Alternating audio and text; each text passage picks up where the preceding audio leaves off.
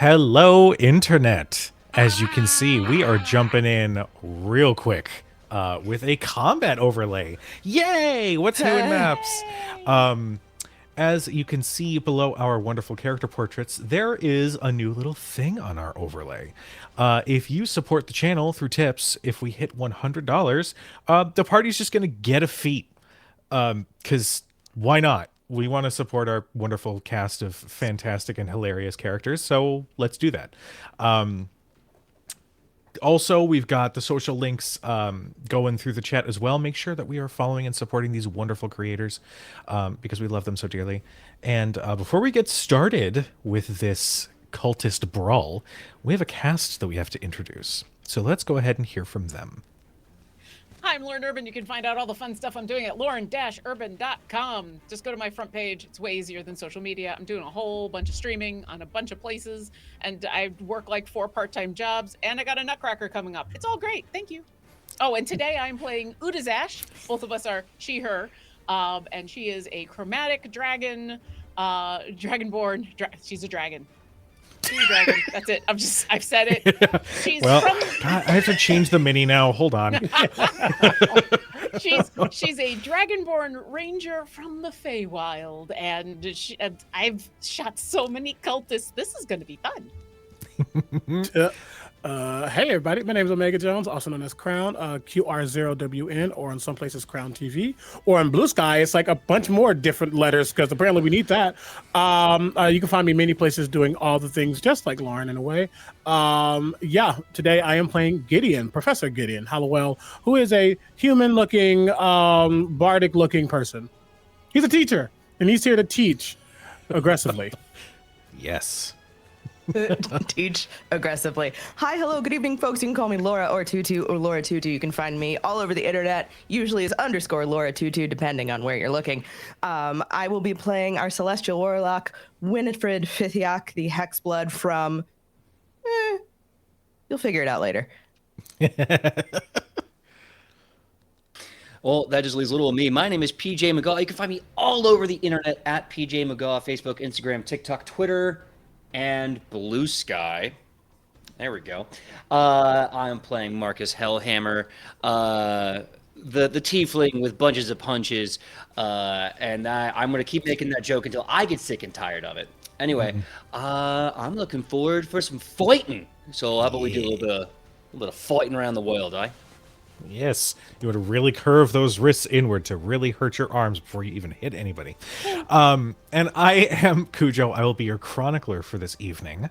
As a quick recap, 1 year after the attempted invasion of the Absolute, the Elder Brain, and the Dead Three, our Sword Coast saw a bit of a time of recovery.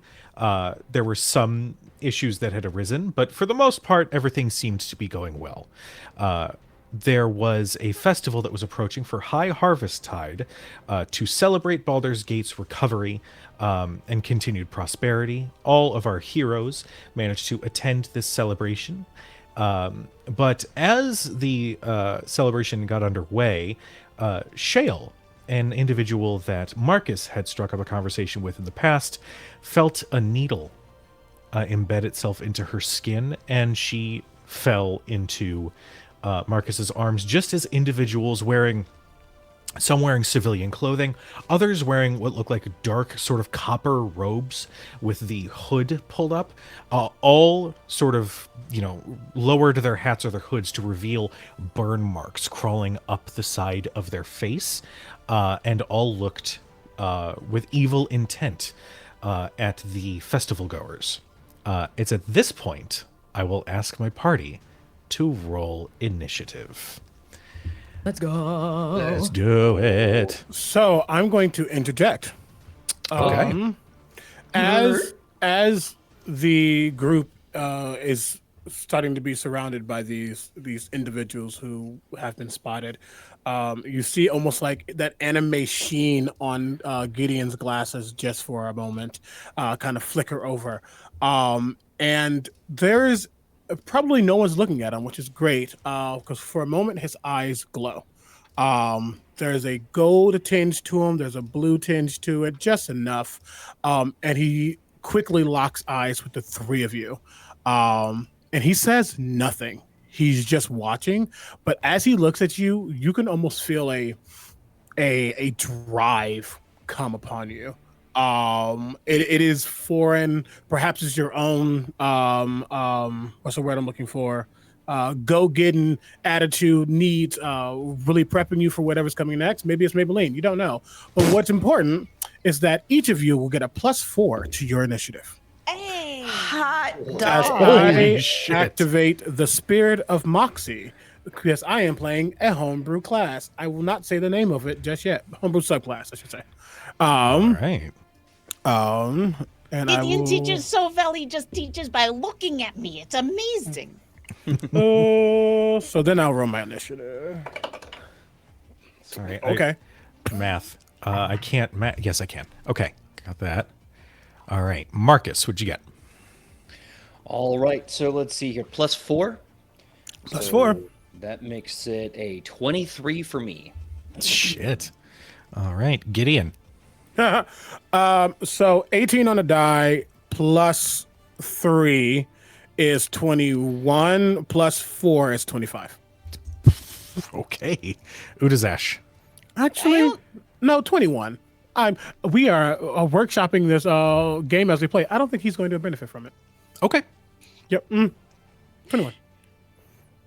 And I thought I was Dexy, but I only got an 18. Hey, still 18, still an 18. True. And Winnie, my darling. 21. Okay.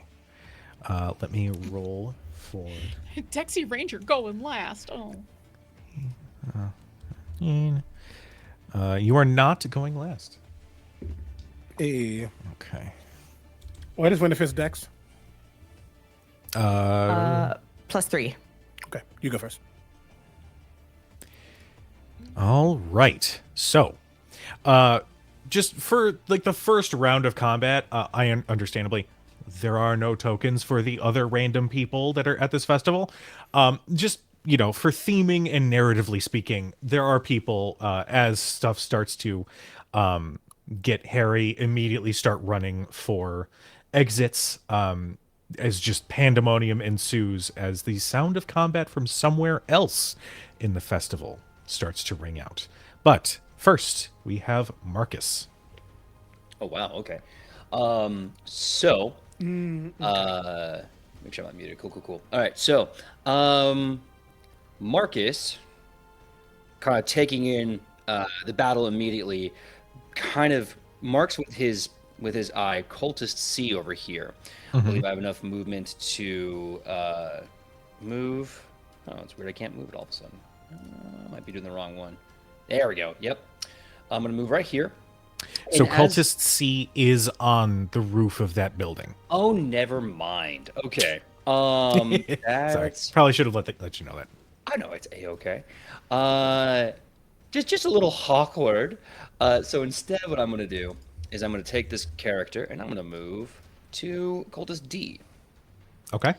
And as I move to him, I'm going to just kind of slowly walk as I take off my cowboy hat, saying, "I'm going to attack a city. Oh, Marcus, don't begrudge you that, but you hit a lady. Well, now I got to see you burn." And as I start walking, I start chanting in, does anyone here speak Infernal? Okay, well, nope. I mean, I do, but I'm just DM, so. It's okay. So let's see, I start chanting in Infernal. Let me see how this ability works really fast to make sure it's not a move action, because I just moved. Where? Let's go to actions. Here we go. So many things. Oh, good, it's a bonus action. Wonderful. As I walk up, you start seeing all of the scarification and tattoos and runes on my body glow as my body just kind of... and it start growing to the size of large. Okay. And Okay, once- Jesus. And once I get up to him, I'm just going to attack him twice as I say, "You picked the wrong town. You ain't no Kama, are you? I got a score to settle with them." Okay. First one is going to be a 28 to hit. Okay. Yeah. Uh-huh. The second one's going to be a 24 to hit. Jesus. Yeah. Yep. And I'm going to be using some of my homebrew feats here. I'm going to be using the outfighter technique that will give me a little bonus damage here and there. So that's going to be maximum damage on 1 for a total of, let's see, 17 and 10, 27 damage as I walk up with these giant hands, just wham, wham, 1, 2. Okay. This cultist sees you approaching, and even as you grow in size and start marching towards and do your trash talking, their eyes have this dead, emotionless look as they just look right back up at you, even as you bludgeon the hell out of them. Just bam, bam.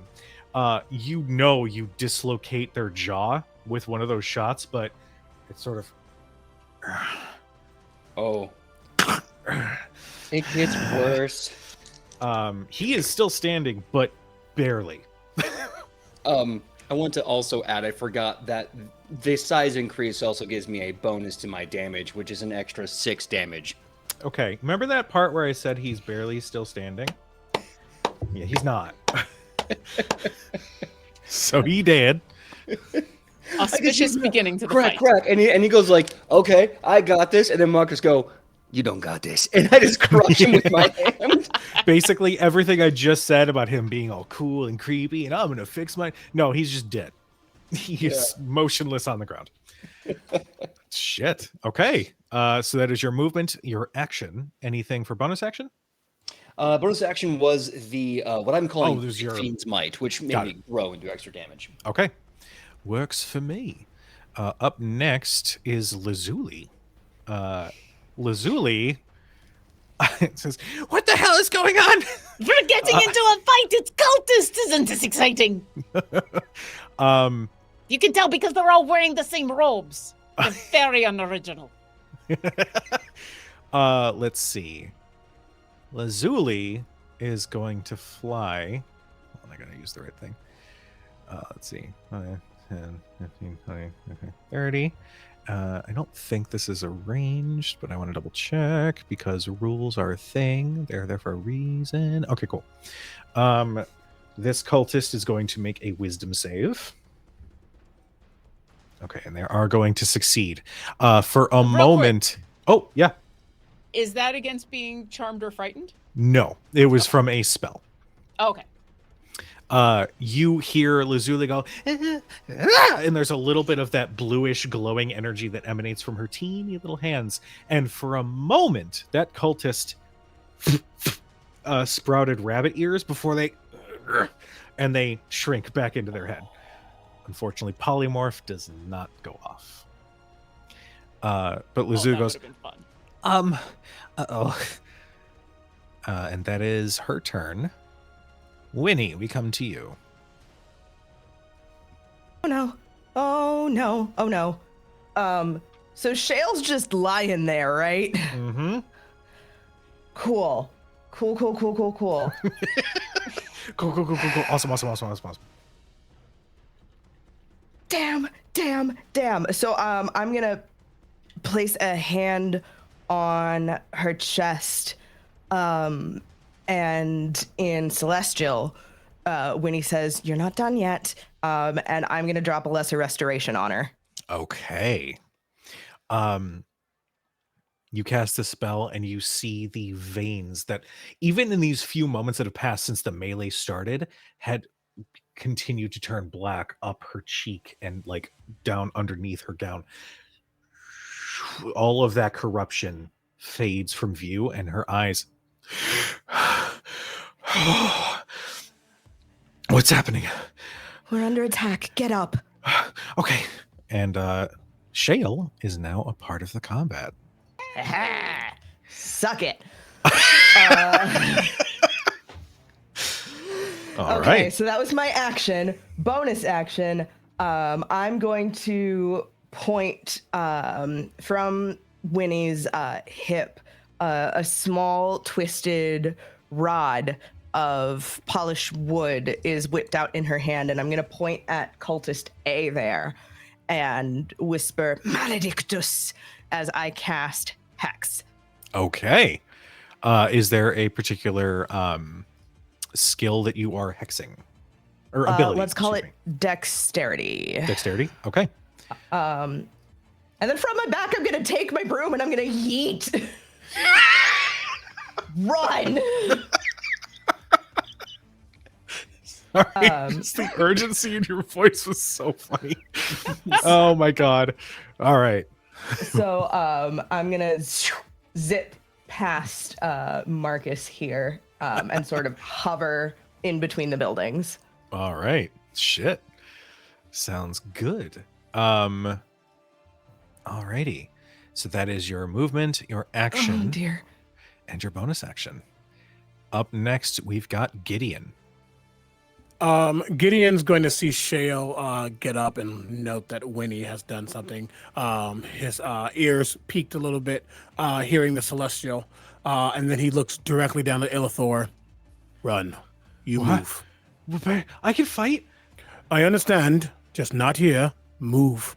And he's going to look at Cultist E. Actually, no. Yeah. He's going to look at Cultist E. And as he looks back, seeing that the polymorph didn't hold, he says,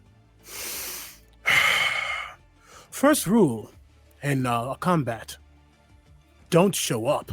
And he's going to put his hands over his mouth, and as he inverts his fingers, you're going to see a radiant glow begin to form as this bolt of radiant energy go towards this cultist as I cast Starry Wisp. Hell yeah. We're gonna make that a 17 to hit. 17 will hit. Slay. That's going to be 5 points of radiant damage. Okay. And I doesn't matter, but it does matter. He's going to take the staff that he's always had, and finally hold it and look over at Utazash because you have your bow, correct? Yes. Good. I assume you know how to use that quite well. Oh, I've been using it all my life. Yes. Then make sure you aim truer than you ever have before. And as he slams his staff down, you see his eyes, again, that golden blue glow. And then there is an energy that surrounds almost like the arc of the staff that he has. And it begins to form in this circular space. And as that energy shoots towards you, you're going to get enveloped into this very invigorating energy. And some of that gets siphoned right back to Gideon. As I'm going to give you a bardic inspiration die. As a bonus action, and as you're glowing, you see me glowing slightly less than you, as I have an ambition die. Nice. Hell yeah. D6? So a D8. D8. Eat the Nice. wet. Thank you for the eat the wet. Yes. That is my action. Bonus action. I'm going to. I hate this, but I'm going to get closer. I don't Okay. want Lazuli to be the first one up there. Rasputin is actually going to. Rasputin's safe with Illithor. Is Rasputin the kind of familiar that can do the help action or no? Yes. Okay. And they're going to stay with Illithor and just assist them with the help action. Okay. All right. Jumps into their shoulder, kind of wraps around their neck like a little scarf. Like Aw. I imagine like the tail like wraps around the neck a little too tight, and he's like, Yeah, because their tail is like sharp hard light, so it's like kind of like stabbing in the neck. Like stop. "Stop it! Stop it!" That is me. Okay, Utazash, we come to you. You know, Kitty, it is good that I know that you are a friend, or else one of these would have been for you. And I'm gonna take my glow and I'm gonna try to shoot cultist E. Okay. And I'm gonna go ahead and use sharpshooter right away because why not? Yes. Are you do in E? it. Okay. Okay, good. Yep. Yep. So cultist E, here comes attack number 1 for 19 to hit. 19 will hit. Awesome. And then here comes attack number 2 is the exact same. So Awesome. let me do. I'll give you all the count damage. the It's gonna dice. be little bits. So 13, 8. They're gonna take 2 of the psychic. They're gonna take 2 of the radiant. As my bow just like crackles with so much weird energy. I'm not gonna make them my favorite foe. I don't favor these guys. +5. Okay, so I gotta roll that. So The 13, cultist 18, is like, 19, "Aw." 21. 8. That's 38 points of damage total. Holy shit. Because sharpshooter. Okay. Is he still alive? No. No. Excellent. You watch as she just nods, like, good. One down, that one. And I am going to this is a fountain in the middle? Yes. Okay. But it's not a covered fountain. No. Okay. Yeah, I'm going to move if I can. I can move 35 feet because I go fast. 5, 10, 15, 20, 25, 30, 35. I'm going to move to there and just kind of eye this roof cultists like, you're next, and I'm done. Okay. Fantastic. I like how I actually put Gideon away from everything. Smirt. Very smirt. No, no, not the Don't you say intent. smart. Oh, not the intent. Not the intent. Look, I'm the fighter. It's my job to get hit. Also, let me know if someone's about to hit you, because I can change that. Ooh. All right. Well, let's see. This one, Roof Cultist, is going to take his turn. Too far. We are going to do a Scorching Ray. First 2 rays are going to be at Utazash. The third one's going to be at Shale. Welcome in, Raiders. Thank you guys so much for all the love. We support you. We support you.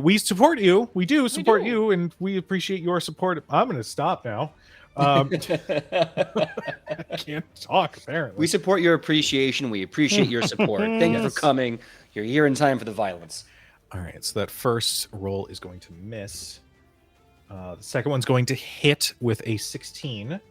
Utazash, you are going to take... Well, so I will take some of this damage, but that first one, like, hip dodge. The second one, I very almost weirdly intentionally just open up my mouth and eat this bolt as it's coming on in, as I'm going to cast Absorb Elements.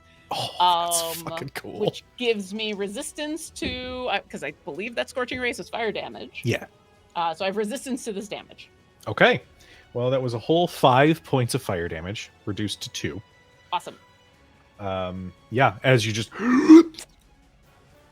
This So is the spicy! This is the spicy I was supposed to be finding!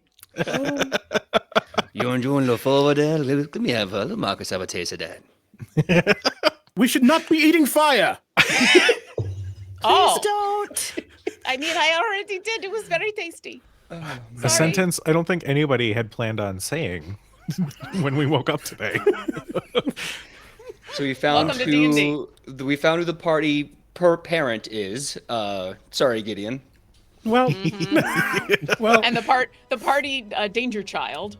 You are the Cultist Mindy and I'm the B. buttons. That's exactly what's happening. Yep.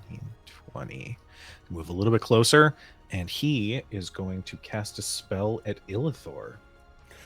he's gonna what? He's going to cast a spell at Illithor. How dare. I have to have Illithor make a saving throw.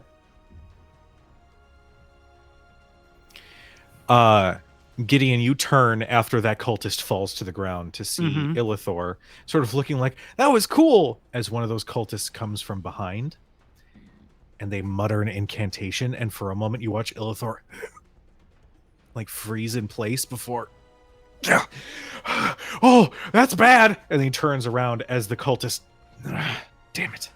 Seeing Illithor get attacked by the cultists, you will see Gideon take on a very different disposition. And that blue gold that's been kind of emanating around him is starting to pulse. All right. So that was Cultist B. We got Cultist A, who is hexed right now. He is going to stay where he is put and also going to cast a Scorching Ray. This time, they are going to target. Well, actually, they are going to move a little bit. 5, 10, 15, 20, 25. Okay. We're going to do a similar situation. 2 rays on Utazash, 1 ray on Shale. I still have resistance to this damage type. Okay. FYI. I did get a natural 20. Okay. So So it's a good thing I have resistance to fire. Which one was this? this is Cultist A. You lucky. Now, one thing that has not come up Wait, so far actually- this campaign. No. Are they in range? I don't know if you all can see. Can you all see my thing? Nope. Oh, that's weird. Literally 60 feet. Like exactly. Literally 60 feet. I wish I could take a picture of this. Seeing this last scorching ray, again, that gold and purple, gold and blue. Actually, Utazash, Yeah. what color represents you? Oh, probably either blue or silver. I mean, I have to stay in theme. Fair. As this cultist begins to toss the scorching ray, you're gonna see that red orange of that scorching ray suddenly become a blue silver. As they slam their staff down, I'm gonna cast Silvery Barbs. Oh. So they need to re-roll that, and I'm giving Utazash the advantage. Oh, I've got all the things. Yeah, because other people are too far. Oh god. Yeah, too far and too far. Yep. Here's what I'm doing. So, for those just joining us, and this has yet to come up during this campaign, with Crit Hit Chronicles, any critical that is rolled, I think it's a critical, whether it is a success or a failure, gets written down in my chronicle. Is a fun Nice. little thing that I plan to bring to conventions and whatnot, but it's a way for us to keep notes and talk about our successes and failures throughout the campaign. So I wrote that a cultist attempts to hit Utazash with a scorching ray, then drew a line through it, and am now writing silvery barbs from Gideon. Nice. Sorry, get better. Okay, you know what? Yeah. Okay, that's fine. Okay. Hey, you hit Illithor. All things are off. I attempted to hit Illithor, and Fair. Illithor's save was a natural 20 as well. So a 13 will miss Utazash with that first ray. Second one, that's an 18 on the die. That will hit. So that is going to hit. You have resistance, so you are going to take 6 points of fire damage reduced to 3. Okay. And then Same thing. Shale- She just opens her mouth to snatch it out of the air, and it kind of ends up burning her muzzle a little bit, but she takes a little bit less. Okay. The third ray is going to hit Shale. She's only going to take 4 points of fire damage. As the ray hits her, you watch as the spot where it hits, something is revealed on her flesh. It hits like right along the side of the neck, where you can see glistening white scales. And as she stands and sort of glares in the direction of the cultist that cast that spell, the image fades, the illusion fades, and she's still a female individual, but she now has white dragon scales all up, sort of crowning her forehead, and her eyes, that icy blue, just look so much colder. And she just says, "Oh, you're going to pay for that one." That Why would you hide is- that? You look so cool. That is their turn. However, on the roof, next to the roof cultist, an image shimmers into view. As an individual with much more ornate, deep red and orange robes, bald head with a tattoo design that looks like a dragon's claw, sort of crowning and holding the top of their head, deep sunken eyes, and they're holding this strange implement that floats in their hand. It's several rough iron plates that are arranged in a geometric shape that sort of spins idly in their hand, as they then raise their other hand to Shale, and they mutter an incantation and cast Blight. Oof. Shale's got to make a beefy save here. Oh dear. Yeah, that's not gonna do it. So we're just gonna go ahead. Just want to make sure I've got the rules right. Want to make sure I'm playing by the rules here.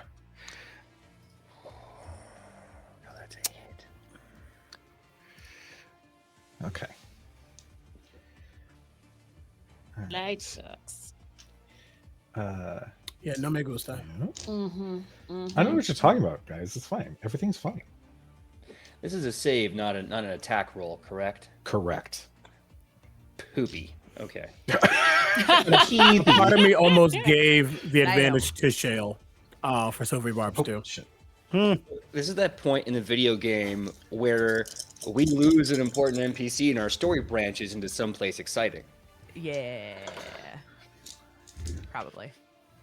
17, 19, Stop counting. 23. Fuck. I mean, it's a good thing that you lesser restoration her, because this could have been a lot worse if you hadn't. 29, 33. Oh, pass. You watch as Shale's form, like all of that luster and presence of Shale diminishes, and you watch her skin sort of dry and wrinkle as she collapses to the ground, unconscious.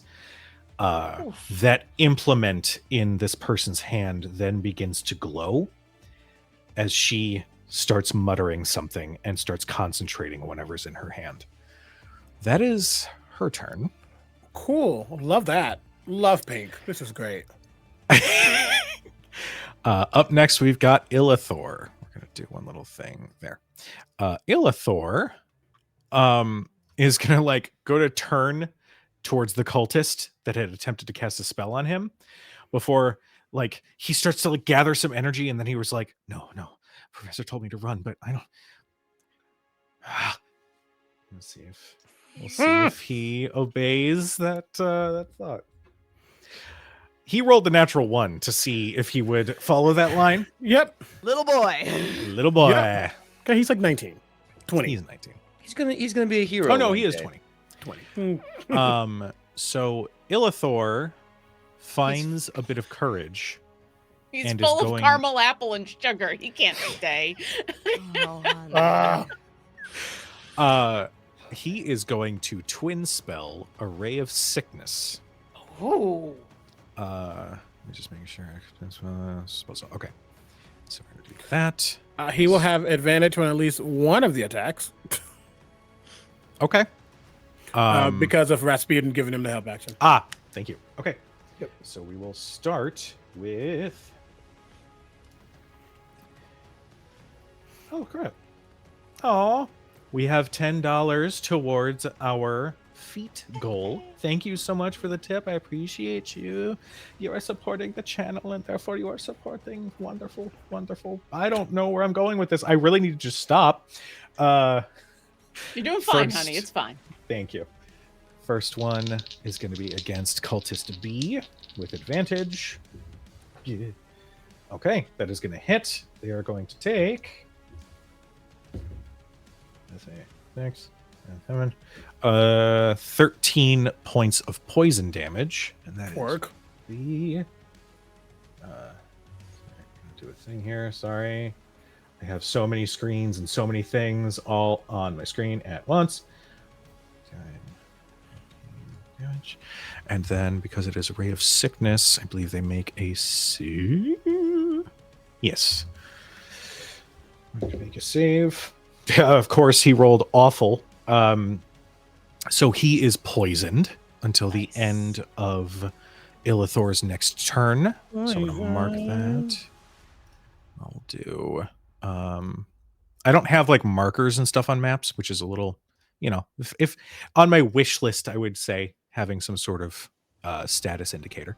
We'll do yellow for poisoned. And the second one is going to be against cultist A. Regular roll. 9. 14 is going to miss. But with that in mind, Illithor, after channeling this energy and firing it off into 2 rays that hit their target exactly. Well, one ray hits the target exactly. The other one would if the cultist hadn't moved out of the way. He goes, I got one. Okay, I'm going. Just dad look. He's going to move 5, 10, 15, 20. Boy. Move on that. Right? Boy. 25, More 30. fucking the more fucking hell to beat you. Oh, thank you.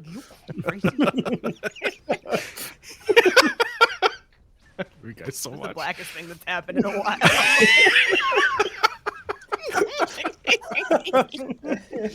Get your ass outside this fight, I swear to God. Oh, man. All right. That is Illithor's turn. We are back at the top of the initiative with Marcus. All right. So I have a question. Yes. 2 questions. One is the get back to the right path. Here we go. Is the remnant cultist on the roof? Yes. Okay. Is it a load-bearing roof? Yes. Cool. So as a large creature, I'm going to move and jump on top of the roof. I'm going to say the roof is, we'll say 30 feet up. So I will need an athletics check from you. Dope. So the best part of the, if you will, the Pit Fiend Might, it gives me advantage on strength-based checks and saving throws. Oh, yes, it does. That is going to be 26. Okay, sure. Yeah, yep. I mean, I know there are jump rules and whatnot, but fuck it. Yeah, you just like Hulk leap up onto the roof. All right. I'm going to put myself here. I believe that's about 30-ish feet.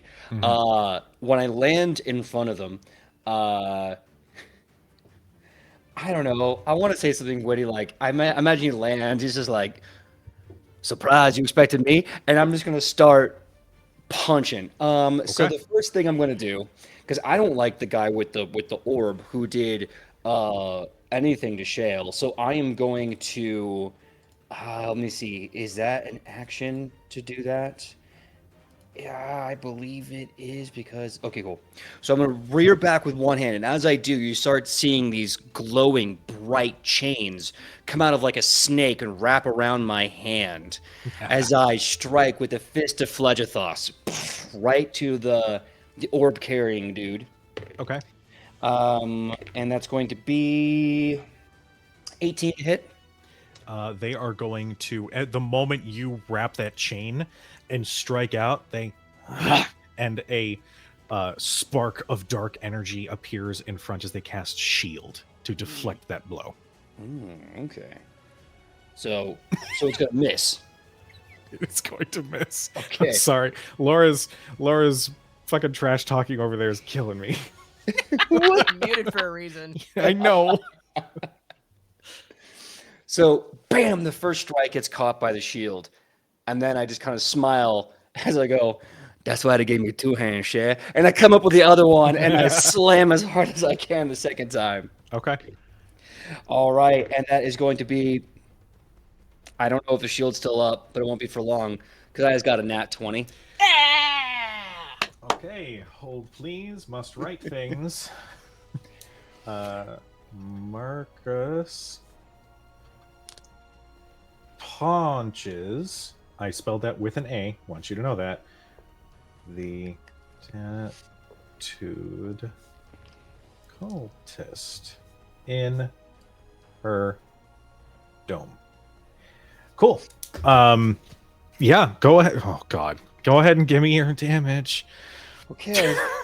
So I need to confirm how my the rune of Phlegethos When you hit a creature with an attack using a weapon, you can invoke this rune to summon fiery shackles. It takes an extra 2d6 damage, doubles on a crit. So,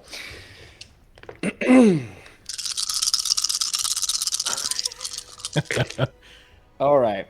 Oh boy. Okay, that's 12. That's So- 20.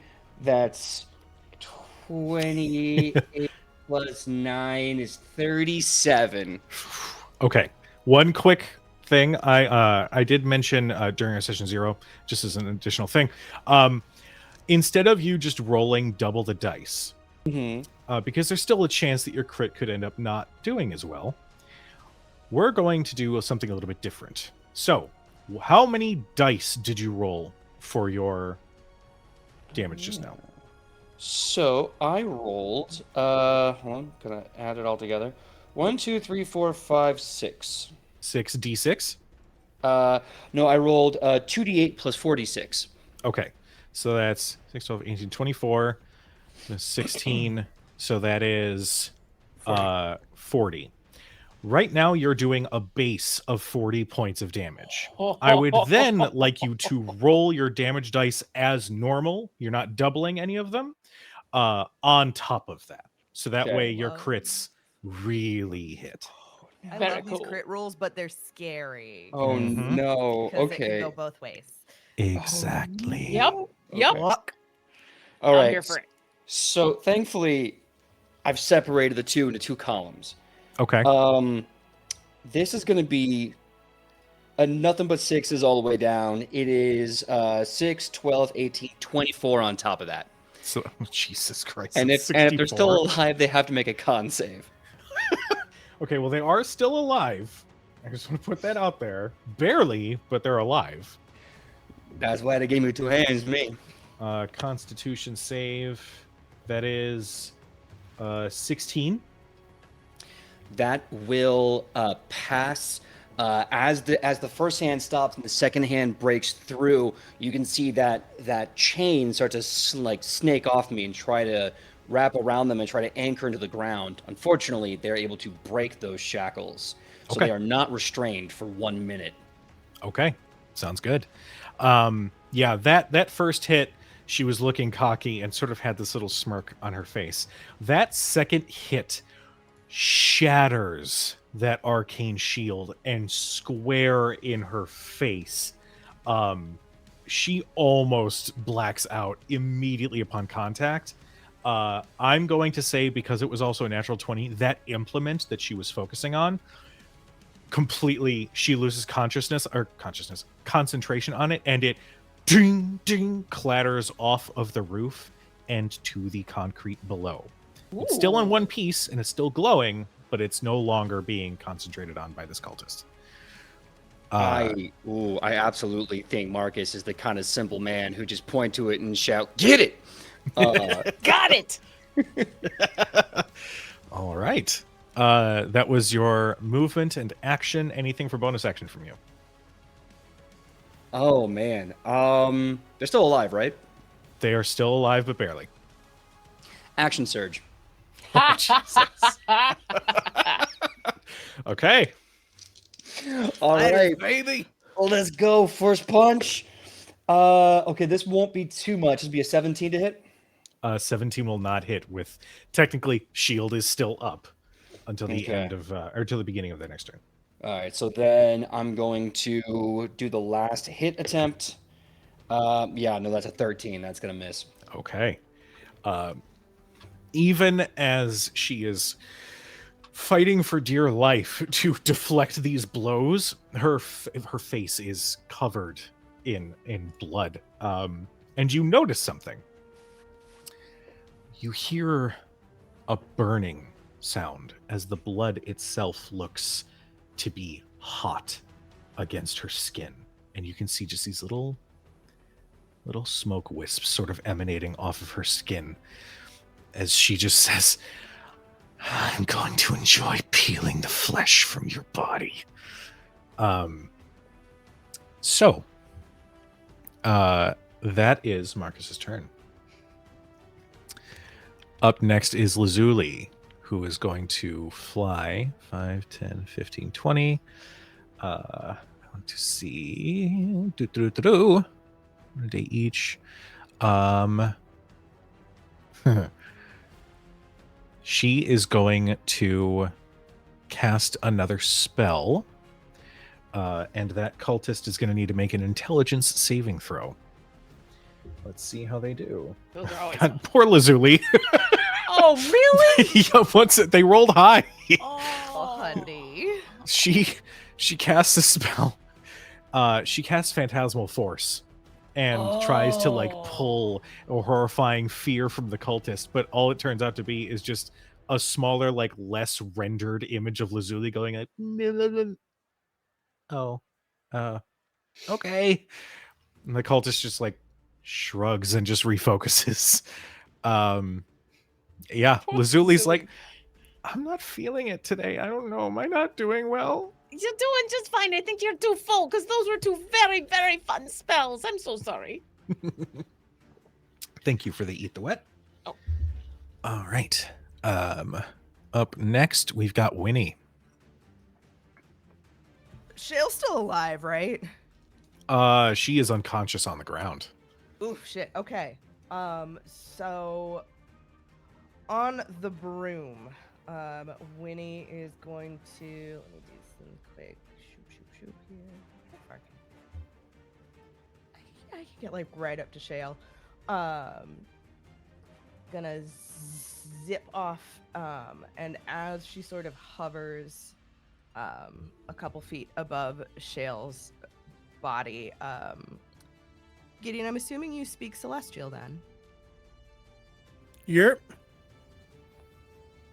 So then you will understand Winnie as she says, Mother of Ravens, protect your servant. Shadows coalesce around Winifred briefly, and they drop off her shoulders in little wisps of raven feather that vanish on the breeze. So for my action, I'm casting mage armor because, oh shit, I should have done that from the jump.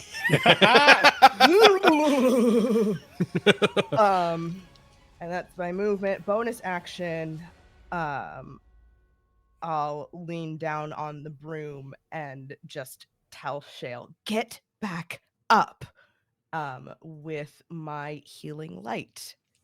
As a Celestial Warlock, I have 8d6 healing pool that resets when I finish a long rest. So as a Hell bonus yeah. action, I could Hell heal one creature that I can see within 60 feet.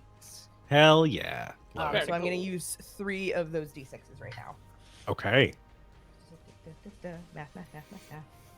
And that's going to be 13 points of healing. 13. Okay.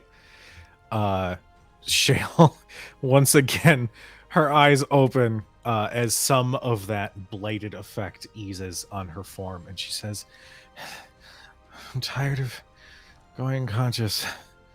Well, then maybe you should get out of the way. That's a wonderful idea. Hmm. She's still got those scales that are now visible on her forehead. But she is conscious, and I will give it to Utazash, given that object clattered to the ground next to you.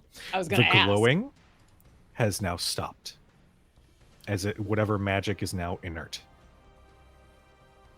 Interesting. I mean, I'm still going to grab it. Marcus said grab it. I will grab it. All right. Gideon, we come to you. Ooh. Gideon sees Winifred and Winnie and Shale, seeing them get back up.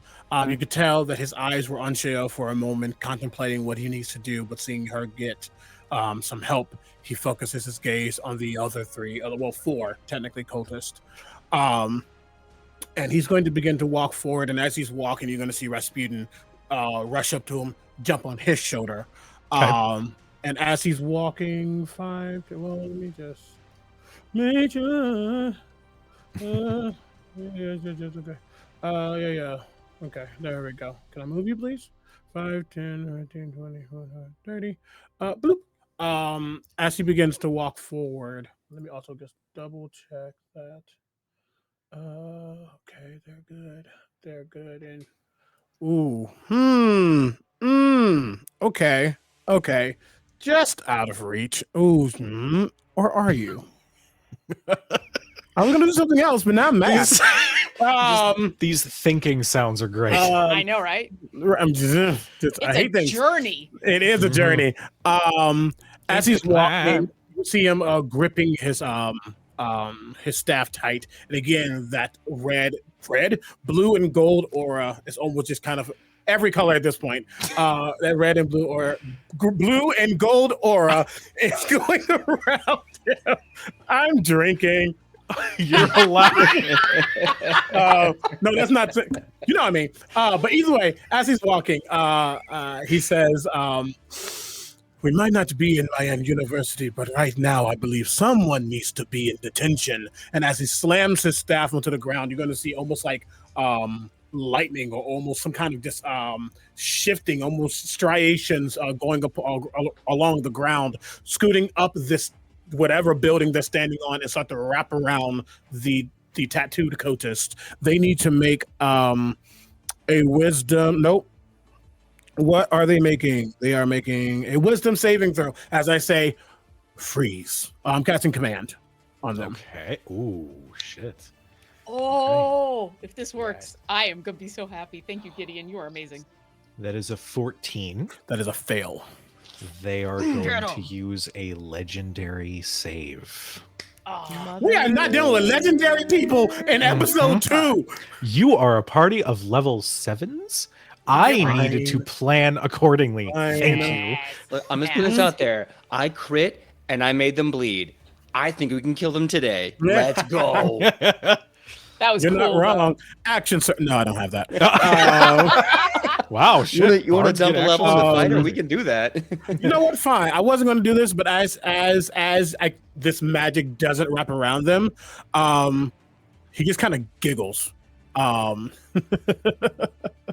Someone's always telling me to get what I want, I must make a decision. And as I say that blue and gold magic is still forming around them, and suddenly these very almost like Rasputin, actually, the way they have this hard light forming them, you see these huge wings begin to form as I activate my celestial revelation.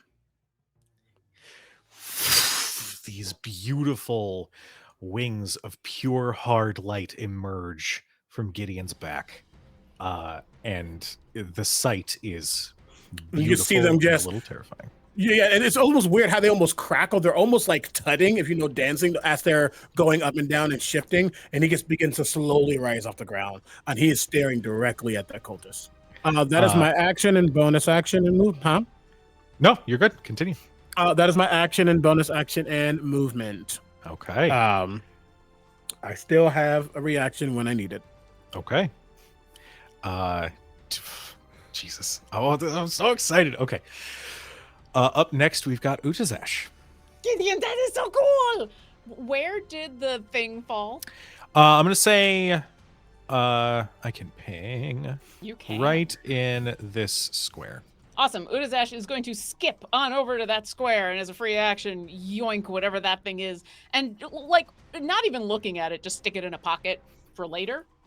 And you said the roof is 30 feet up?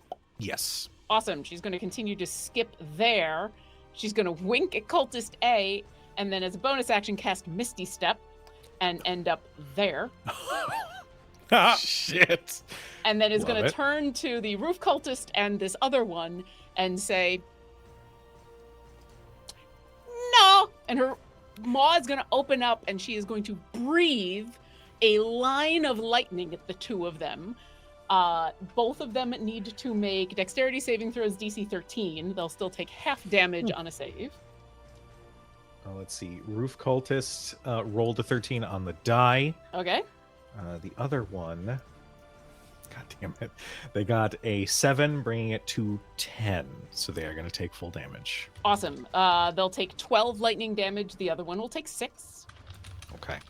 Is the legendary creature still alive?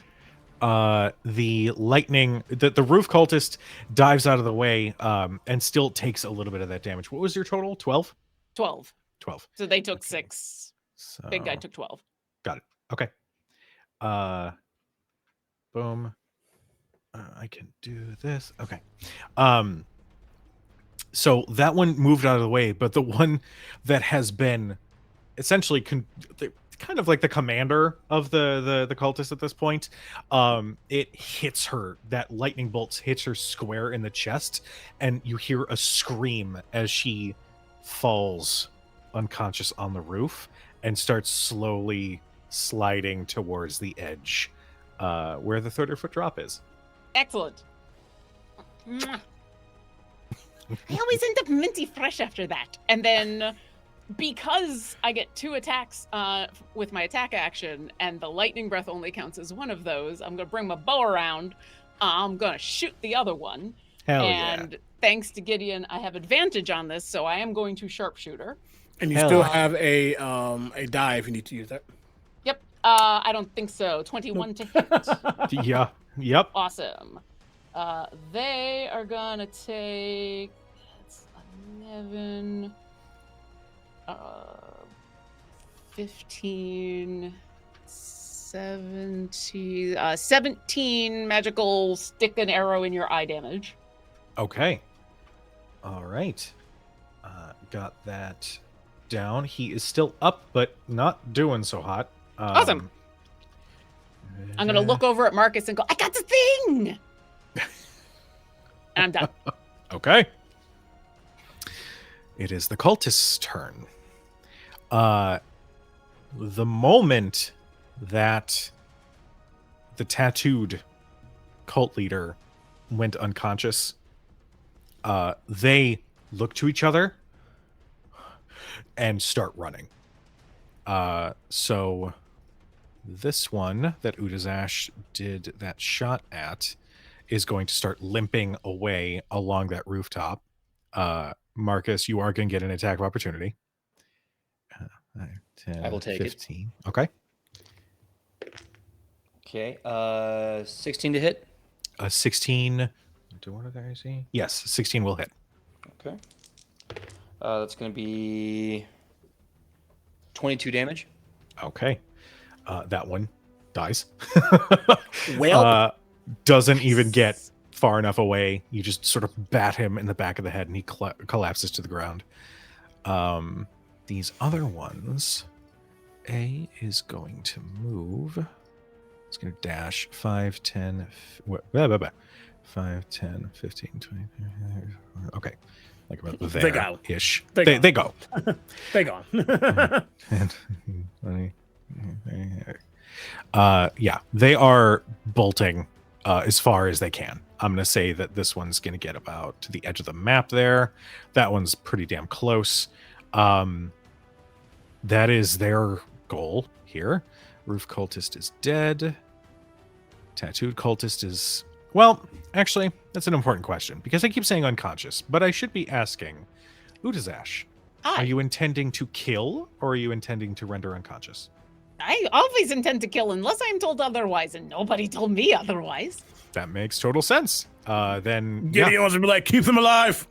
If Gideon did say that, okay, then I'm totally fine with it. It's fine. If you're It's okay not a big with deal. lightning being a damage that can still make someone fall unconscious, I think that's how they died. I like the idea that given this is a natural ability that you have, you can control how much power can come out of it. So like if you were trying to stun or incapacitate somebody versus just frying them, I'm okay with that being a thing, at least for that ability. That's fine. I think then when she opens her mouth to breathe, you see the crackle of lightning. Gideon yells whatever it is that you yell to keep him alive. And there's a moment in where she kind of cocks her head as the lightning is still going, and ha ha, and then and so yeah. I love that you made the Ralph laugh from Simpsons. And then so she will try to down this person unconscious instead of killing them. Okay. Well, if that's the case, then they are unconscious just on the edge of that roof. Illithor is away from the danger. Do you guys give chase to those last 2 cultists that are still up and running away, or no? If I can still see Cultist B, heck yeah. If I move a little bit on this roof to get a direct line, Yeah. if I say move myself, and I know we're now out of like Yeah, out of at this order, point, we're so going to be dropping out of initiative as they're just running. So because I have 120 feet worth You of do. bow range, and so at least Cultist B is going to get 2 more arrows in the butt. they are just at 120. I'm going to say, given that there is that roof that is kind of in eyesight, go ahead and make me a perception check. Okay. Let's see if you can get that. 27. Oh, yeah. And you have You- sharpshooter, right? I do. You don't care about half cover and all that either. Nope. Damn. Yeah. All right. Go ahead and make does those anyone attacks. else want to do anything? Because I know I'm end of all of you, so I don't want I to am skip anything. I am doing not combat stuff. I you know what? Yeah, no, I would fully go after the cultist that I hexed. Okay. Yeah. I might carry suit. Basically just use an action to like run over to them. Okay. So we can say an initiative, and you can all go first. But yeah, you'd at least see Utazash is lining up to go after B. Interesting. Okay. I mean, all of you guys are going to go ahead and have your actions before these cultists can do anything, so you can all like do your stuff at the same time. That's perfectly fine. Okay. Baldur's Gate 3 rolls. Let's get all this rolling. 30, and then 60, and then dash. Put me there. Jeez Louise. And then roll for jump. What did I have? Critical 20. Okay, never mind. Jesus. I hit Cultist B with both attacks and Okay. sharpshooter. Okay. What's your damage? I'm working on that now. Okay.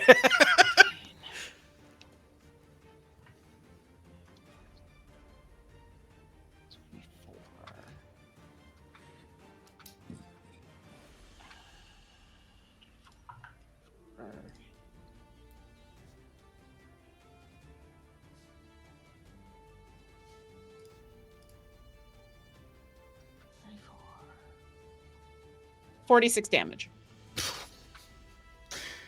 Yeah, he's super dead. He is not getting back up.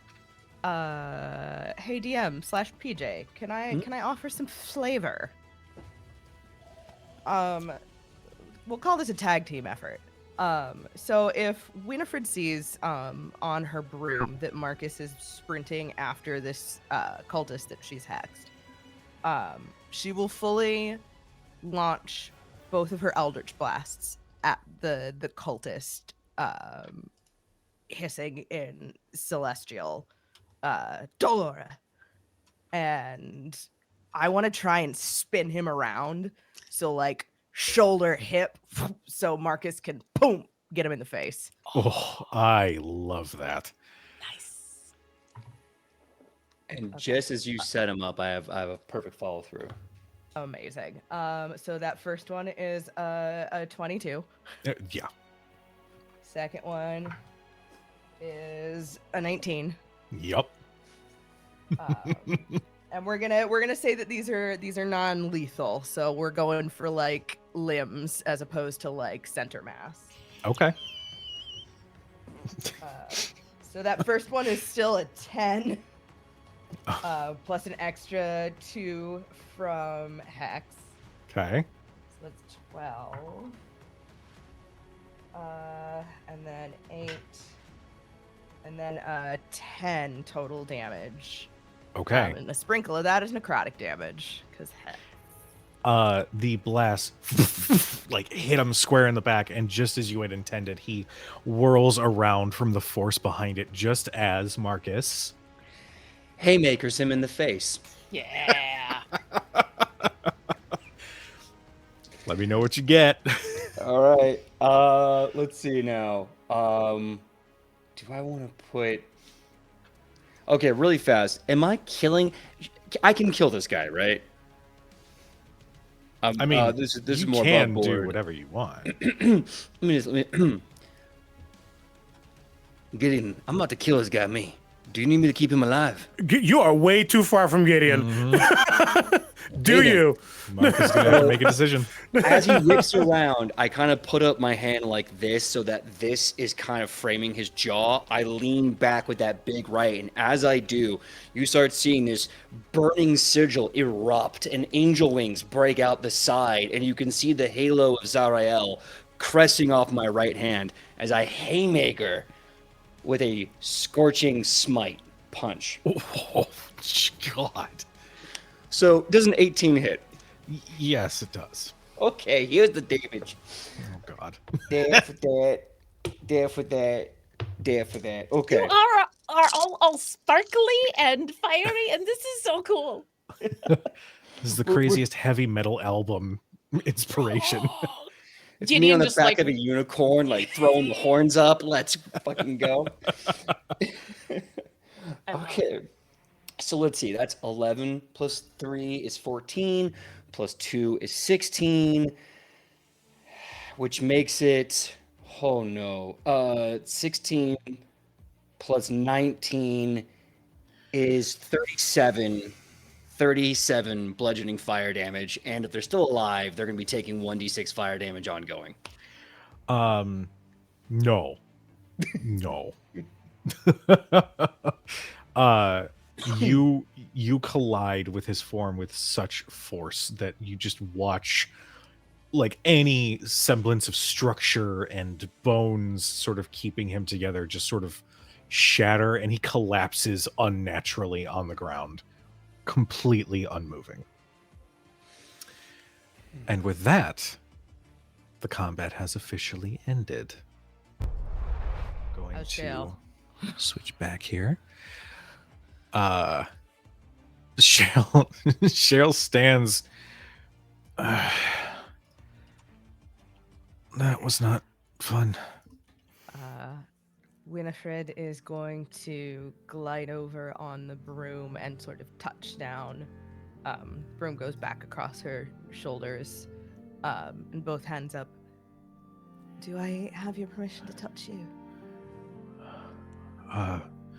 Sure. Yes. Winifred places a hand on Shale's shoulder. And I will use my last Warlock spell slot to cast Cure Wounds. Okay. So at this level, because I just have 4th level spell slots, y'all. That is 4d8 plus 4. I'm just gonna roll this here because I'm lazy.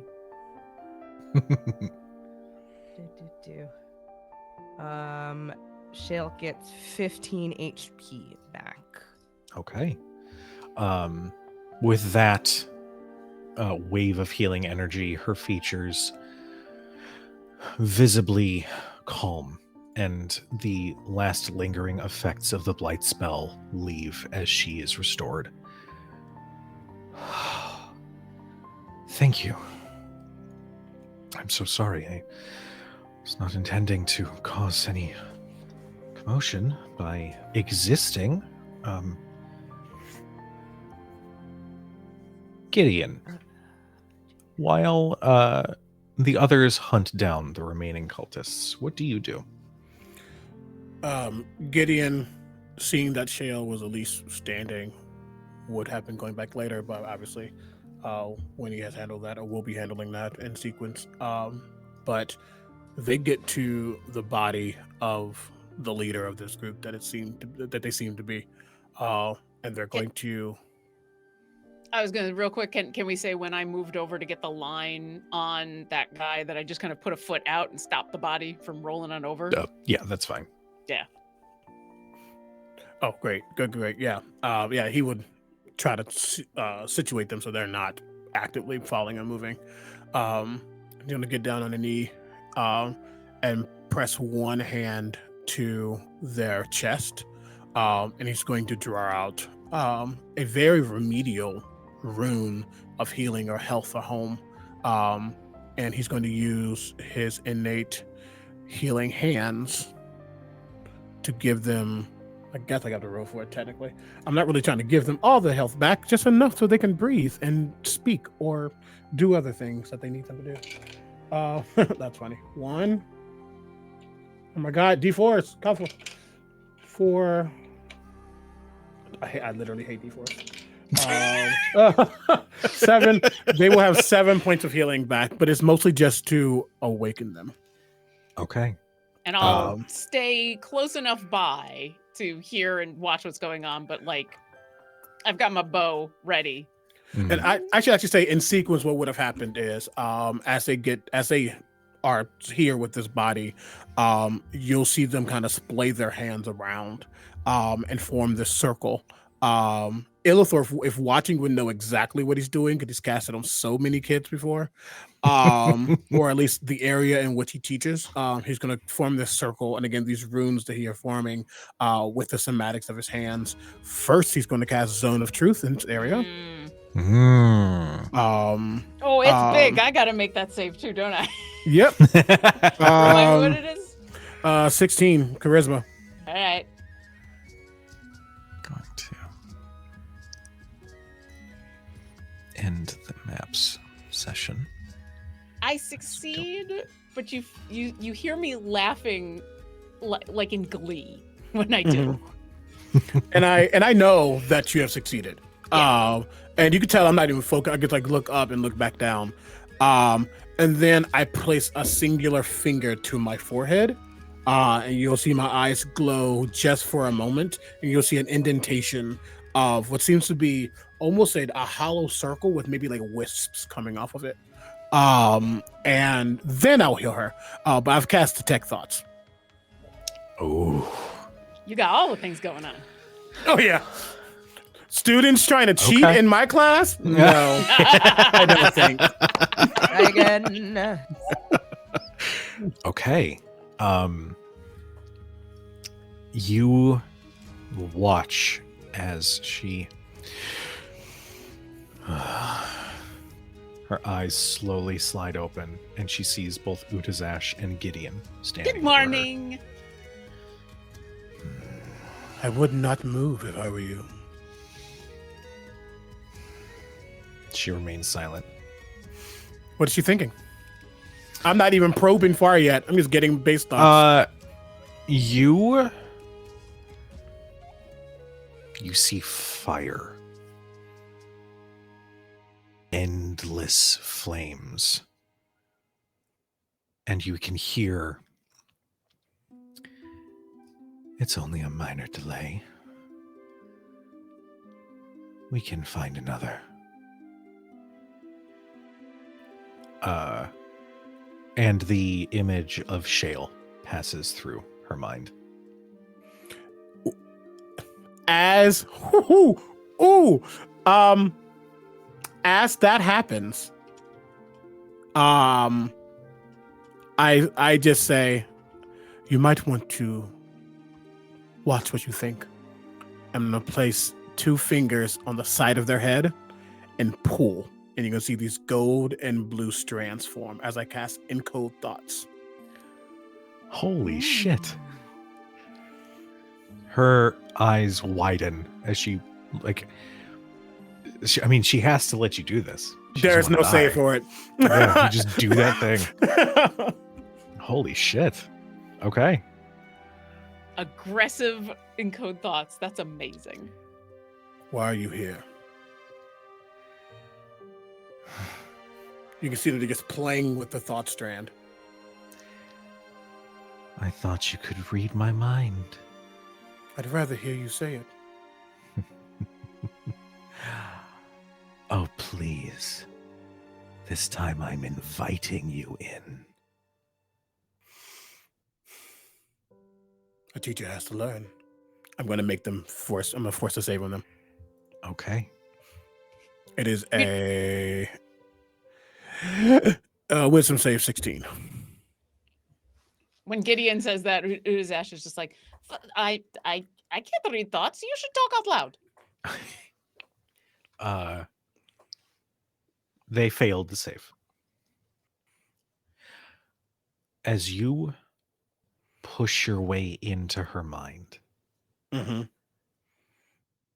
It's like your consciousness like disappears, Mm-hmm. and as you open your eyes, you are standing in a fiery, hot, desolate wasteland where the sky roils with clouds and an ambient orange light as you can hear flames and lava flow. And you can see that she is standing next to you, and she smiles as she points to a mountain range in the distance where a set of yellow eyes, impossibly large, open, and then a set of blue eyes, and then green,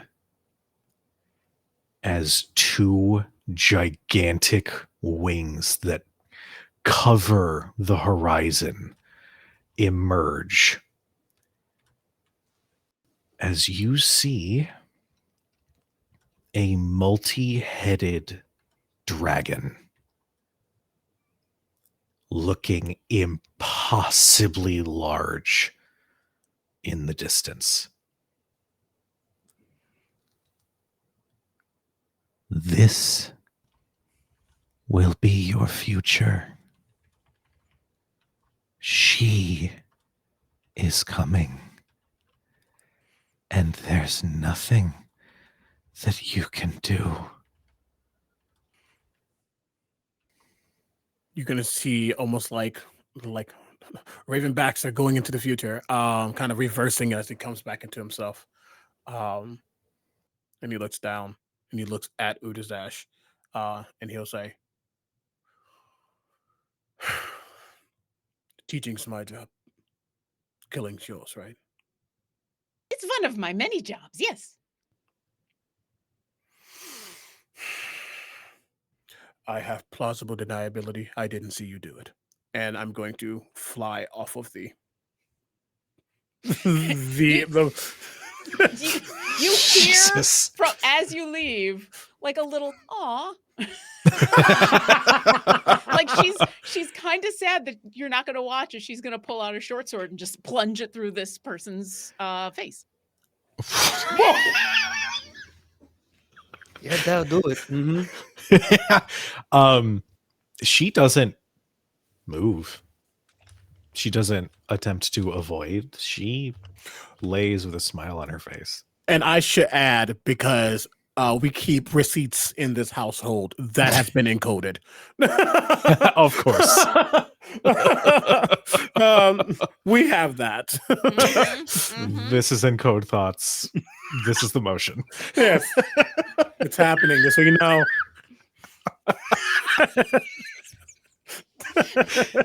I need that as a gift now. Yeah, Just no. thinking, going. Just everyone, 1, 2, 3, and Mhm. I definitely put a marker down specifically for that moment. I will. Yeah. So I'll finish things, pull out my sword, wipe it on her clothes, and then I'm gonna just take a look through all of the stuff that these two have because Okay. I'm curious. All right. While I'm up here. You find a pouch filled with 2 soul coins. I'm just gonna tell you. I was about to say, would Utazash know what a soul coin is? I leave that up to you. I don't think she does. Okay. I don't think, at the very least, I don't think she remembers what they are. That's fair. But yeah, they're 2 rough iron black coins that fit into the palm of your hand. These are so heavy. Yeah. You find I'll say, like, what am I doing? I have dice for a reason.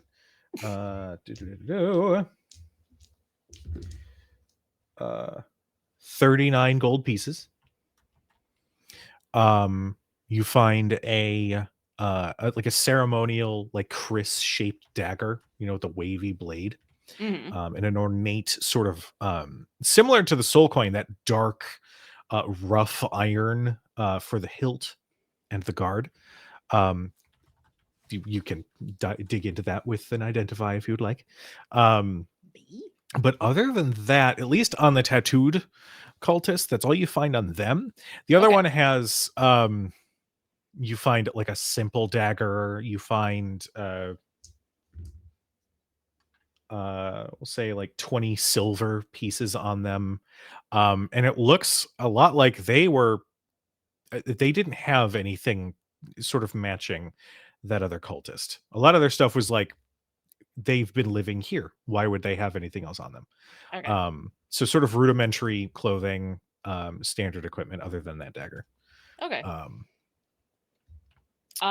Yeah, I'll take everything off I'll take the soul coins, the gold pieces, the ceremonial dagger, the 20 silver. I'll pick up the knife and be like, ugh, boring, and just throw it over my shoulder. Do both of them, the one that's not the big bad had outfit that matched the others, right? Or am I misremembering that? So the ones, the like regular, this is going to sound weird. The regular cultists were, some of them were wearing simple civilian clothes. Others were wearing robes, but nothing special or fancy by any means. Like the one next to the tattooed one had like a rough gray robe with clear signs of like distress and use. There's some holes in the fabric. There's a little bit of fraying at the collar. But yeah, other than that, there's nothing really out of the ordinary on those other ones. Okay. I think I misremembered with them all putting their hoods back and be like, "Ooh, cultists." Yeah, I'll stand up and then yell down at the others. Do I leave the bodies here? I don't know what you're supposed to do around here. What's like the proper thing to do? Utazash, I think we should probably get them on the ground at the very least. Okay, and I will just kick them over the Oh, edge. wait. Oh. You just hear the smack of bodies hitting the concrete ground. I think I'd kick over the one and then hear Winifred go, "Oh wait," and then there'd be a pause. Like, do you want me to kick off a different ledge? No. You're fine. You're fine. Okay. Poof, off the edge. Leave something for the mortuary. Oh my goodness. Yeah, that one like spikes down, and it's just like a real rough sound emanates from them as they land. Ugh. Can someone tell me this here town got like some kind of a mortuary or like a dead slab?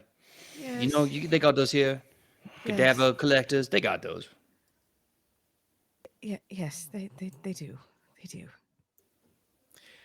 It's at this point, as the sounds of pandemonium and chaos slowly dim, as it seems the attack has been thwarted, we are going to take our 10-minute break.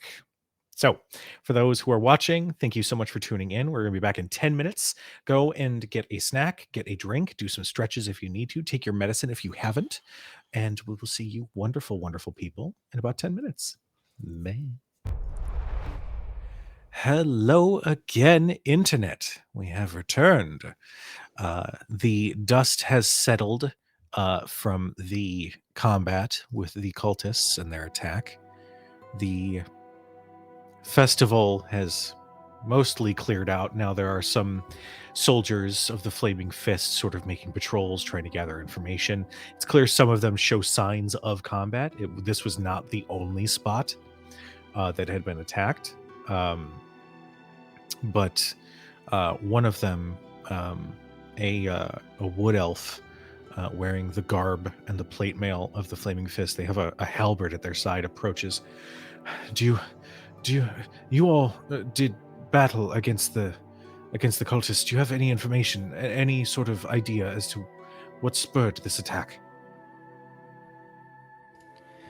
You see, they got right ornery that you all didn't have any good food. I'm just saying, next time, maybe look outside Baldur's Gate and get some better spices. Just putting that out there. Can I? Do many members of the Flaming Fist know who Marcus is just based on reputation? I would say if they have ever been at a dive bar or my tattoo parlor, I'm pretty sure they know me and my sense of humor. Cool. The wood elf, she's like, wonderful to see you, Marcus. Any serious information at all? Gideon's gonna look at Utazash and look at Shael. Kind of look at the general party. Also, make sure Illithor's coming over. Illithor's like at your side. Just he's actually gonna like put like an arm like on it, like bring him in just to make sure that he knows that he's okay. Most likely an isolated attack. Well, to attack the city so brazenly, especially when festival is in full swing, it's an insult. Were there any left alive? Not over here, no. All right. Well, just I do not yes. believe Baldur's Gate will be the threat based on the way they were acting. It seemed like an opportunity versus a direct attack. All right. Well, that's provides some comfort at least. I just need to ensure that those who were harmed from the attack are properly tended to. Thank you so much for your assistance. I can put in a word with the Archduke to ensure that you are properly rewarded for your service to the city. Thank you.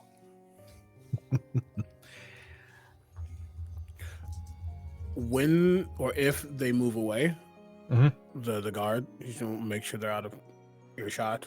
And just looks directly at Shale. We need to have a conversation. Do we? According to, and he kind of spins the thread that's in this hand before it suddenly dissipates, and that golden blue kind of swirls back into his cranium area and fizzles. According to them, you were the target. Me? Well, I suppose it's only safe to assume, given that one after another, it seemed an attack found me during the melee. Do we have a place where we can speak? This should not become my problem, as I have other things to attend to, but now they at least, it probably has seen me. So now this is more of a problem than it should be. What do you mean? It. A dragon with many heads. Oh, now I see why you did not want to talk. I was about to say everything, and then you said nothing, and so okay, we should find some place then. Whoa! Hey, hang on now. You saw you were a dragon with many heads. What are you saying to me now? Just to clarify in character, 1, how many heads does this dragon have? And 2, would Gideon know anything about this? Go ahead and make me your choice of history or religion. I was gonna say, dragon with many heads. Can we roll for that? Yeah, I'll give it to everybody. Okay. Um, Would I get any sort of advantage for reasons? You know what? Yeah, I'll give Marcus advantage given your history in the Hells. Okay. You said history or what? History or religion. I'm gonna do. I wouldn't know to associate. Well, it's cultist. Would I associate this with religion because of cult? Probably. Maybe. Well, if there's no iconography, was there any iconography on these cultists that like they all shared? I'll say you did find. I mean, the only. You didn't find like any like membership card or anything. But, No, like, but no like symbols, nothing like that.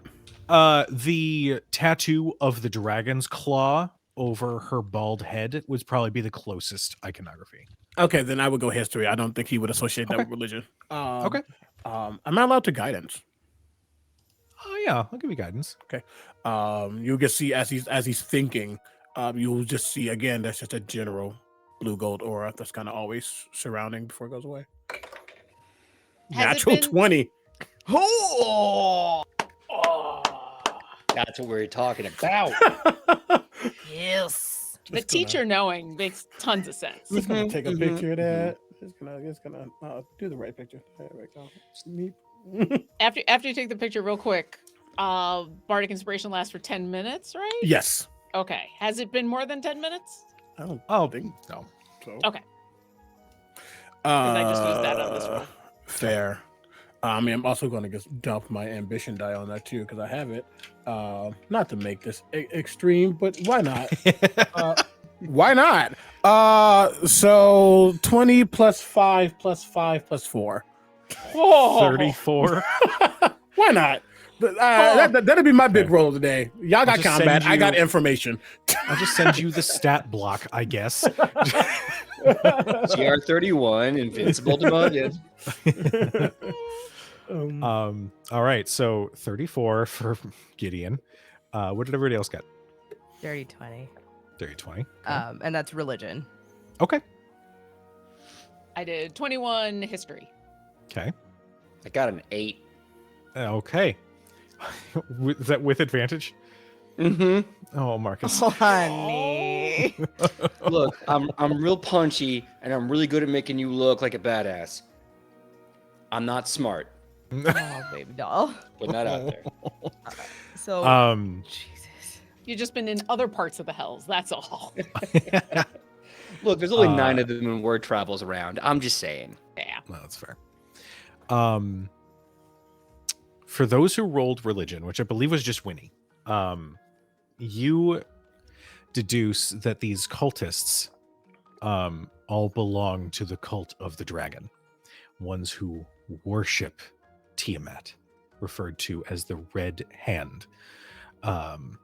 They have been so devout in their worship that they have spent the last many years occasionally popping up in small instances of sacrifices and means of gathering some sort of power before inevitably being thwarted either by other adventurers or what have you. But to attack so brazenly, that's a little new for this cult. Like in the middle of a festival like this, where there are many around, something's changed. For those who rolled history, you know the stories of Tiamat and the 5 heads, all of different kinds, that she has in her gargantuan form. I will give Gideon that the image you saw of Tiamat, you know that the stories depict her as a gargantuan creature. What you saw was far larger than what you had been led to believe in the stories that you've heard of this creature. She is as ruthless. This is so funny. We're listening to like beautiful flute music as I'm talking about a horrifying dragon creature. You know that she is ruthless in her attempts to return to the material plane. And sort of similar to what Winnie has deduced with religion, for a cult to make such a brazen and blunt attack to go after a single person, something's in motion that would need to be investigated. Winifred goes a little ashen. Her face goes a little bloodless.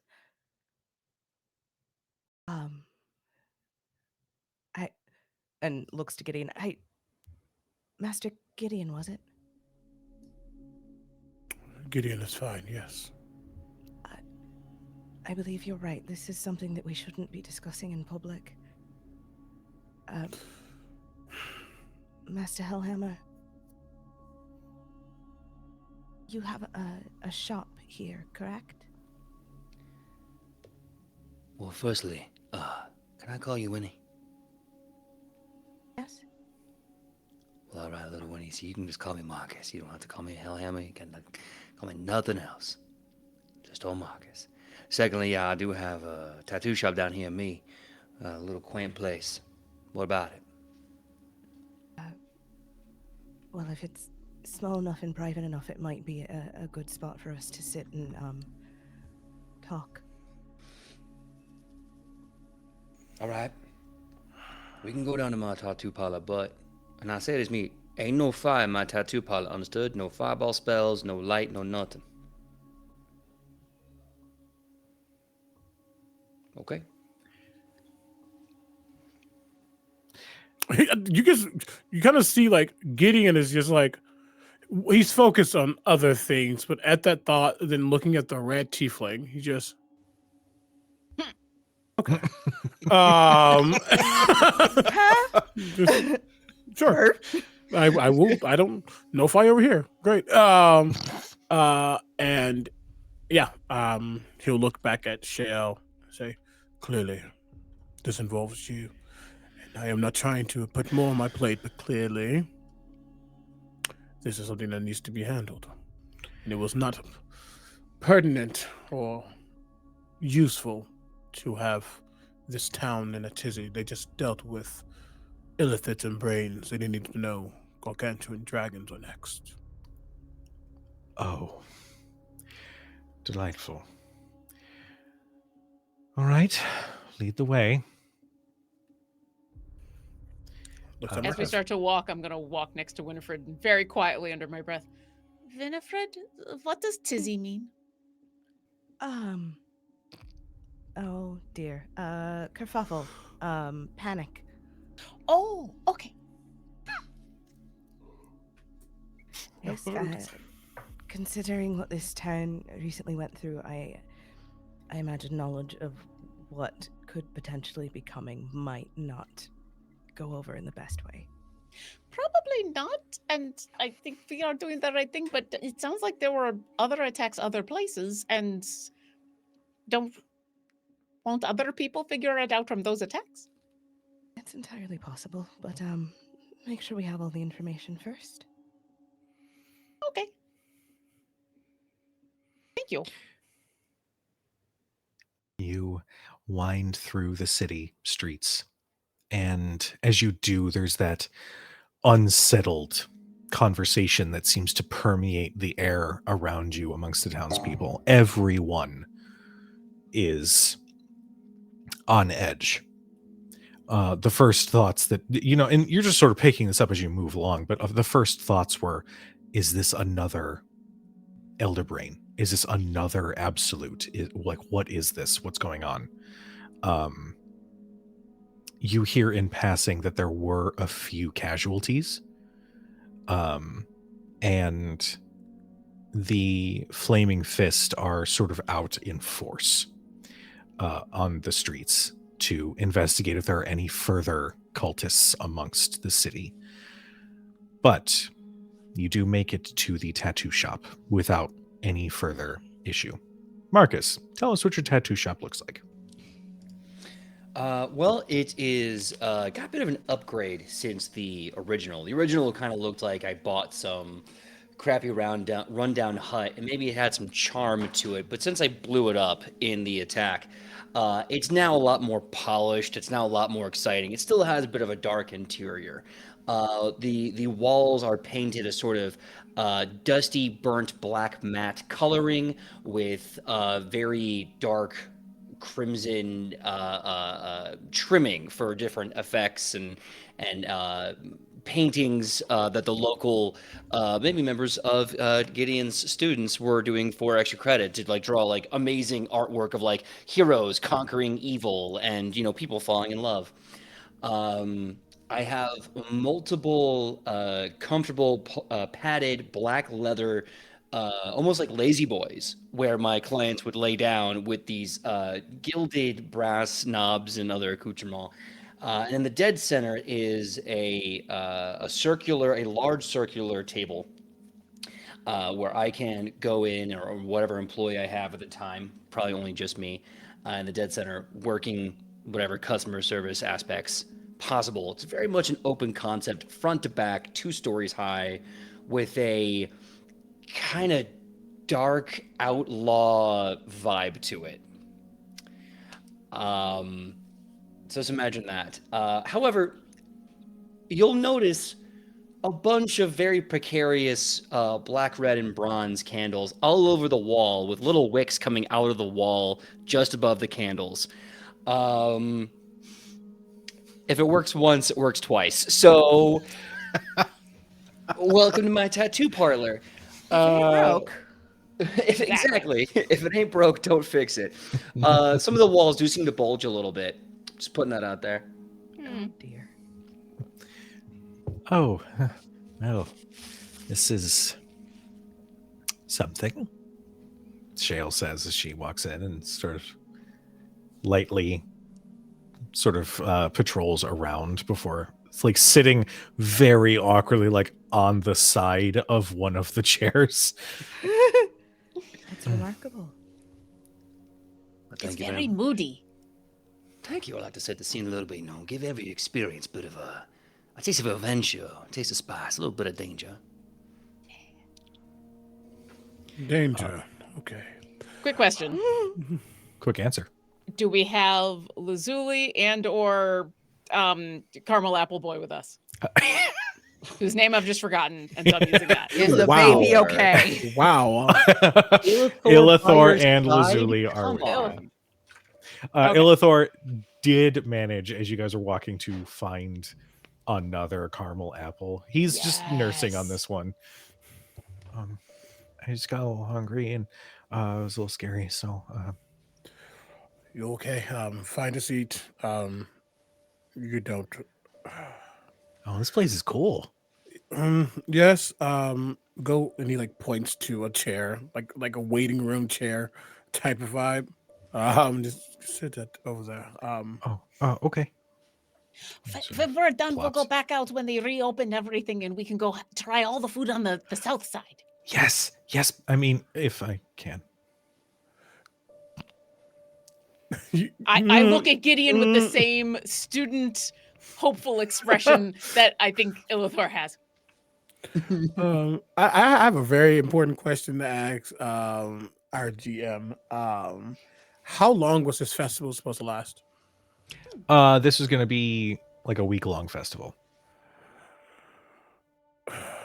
And this is day 1, day 2. Day I'll 5? say this is day 1. Okay. Okay. Great. He'll say. I should have just Be kept McDonald's at adding home. time to watch Omega's like temple like start to freak out. A fortnight. Yeah, 2 Yeah. months. 3 years or so. It's a year-long game of Twister, and the day is 42. Yeah. Right. We will see. For now, just. So, whoever that was clearly knew you. Why? Your guess is as good as mine.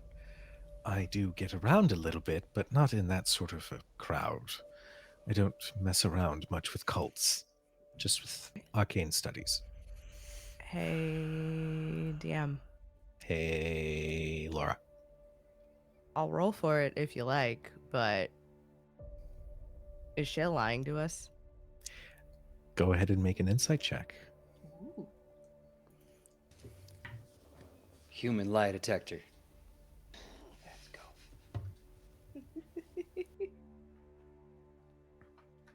That's a 23. She's not outright lying, but you definitely get the vibe from her that she keeps her cards close to her chest. She's not speaking in deceit. She's choosing her words carefully, though. Miss Shale. I'm sorry, I shouldn't assume. Miss? Miss, yes. Miss Shale. Whoever they were, They were after you, specifically. I don't say this to judge you. But if someone wanted me dead, I would like all of the details possible in order to, ensure the chances of my survival.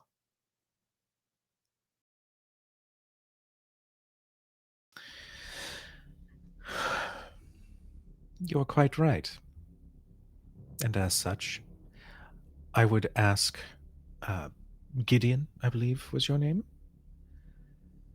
You mentioned a dragon with multiple heads. I did. From my research from the Academy, it's clearly the Dragon Queen. Delightful.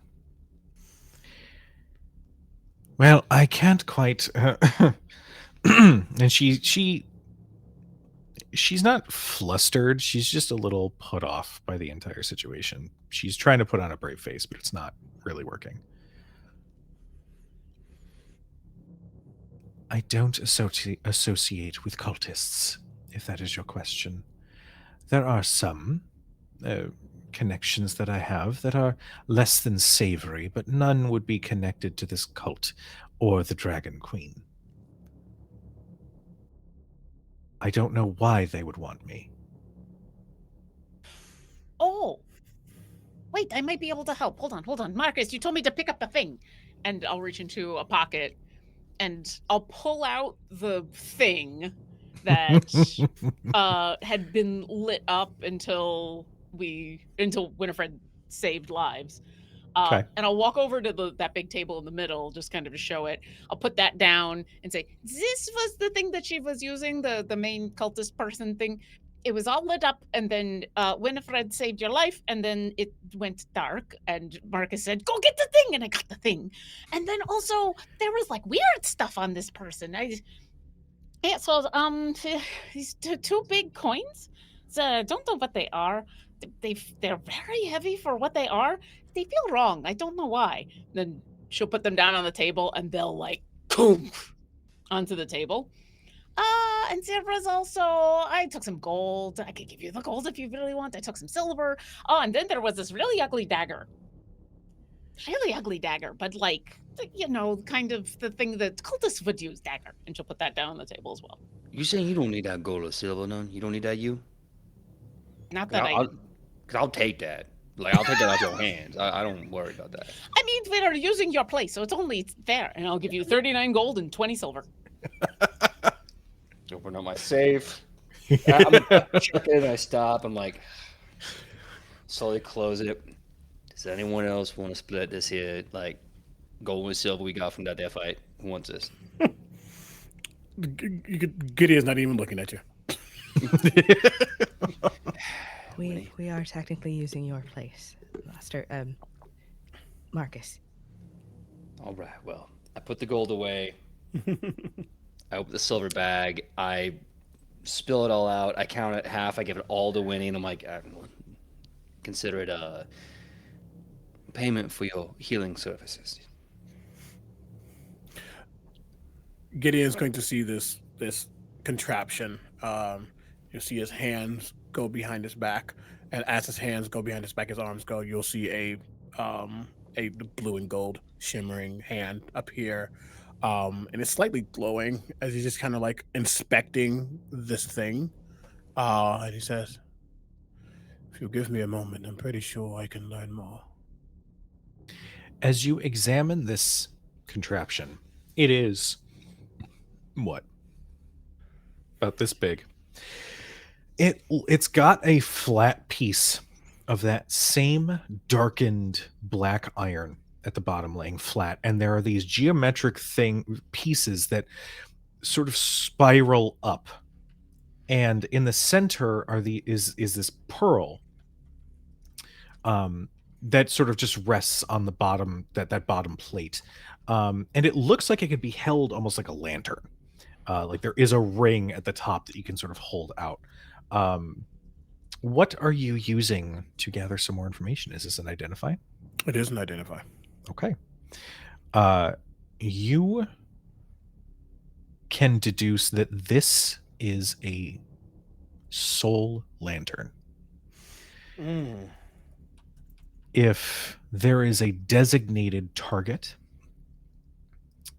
within range, should that target fall, its soul would be sucked into the lantern powering it. This could then be used sort of either to power magical spells or rituals, or to lend itself for further arcane use. And I will also give you, and this is sort of obvious, but given its construction and the material that it's made of, you can definitely deduce that this came from Avernus. Avernus, yep. Yep. And this is going to take 10 minutes, and you'll see him literally just like hovering that hand over, taking out some things that he has, these small little hand booklets. He actually tells Illithor, Stop calling me that. Everyone makes fun of me with that name. They probably do, which is the worst part. But he's like better than them anyway. Oh, buddy. Moves him over and says, "This is officially us to credit. Learn with me." Okay.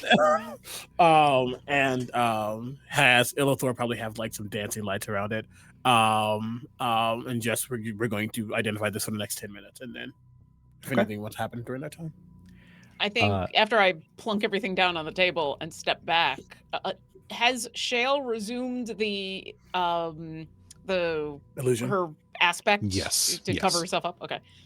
I'll go sit next to Shale and quietly, like, we're at a movie theater and trying to talk while there's a movie going on because they're doing their thing, but not so quietly that Marcus and Winifred can't hear, is gonna say, "Why are you hiding the scales? It's so pretty."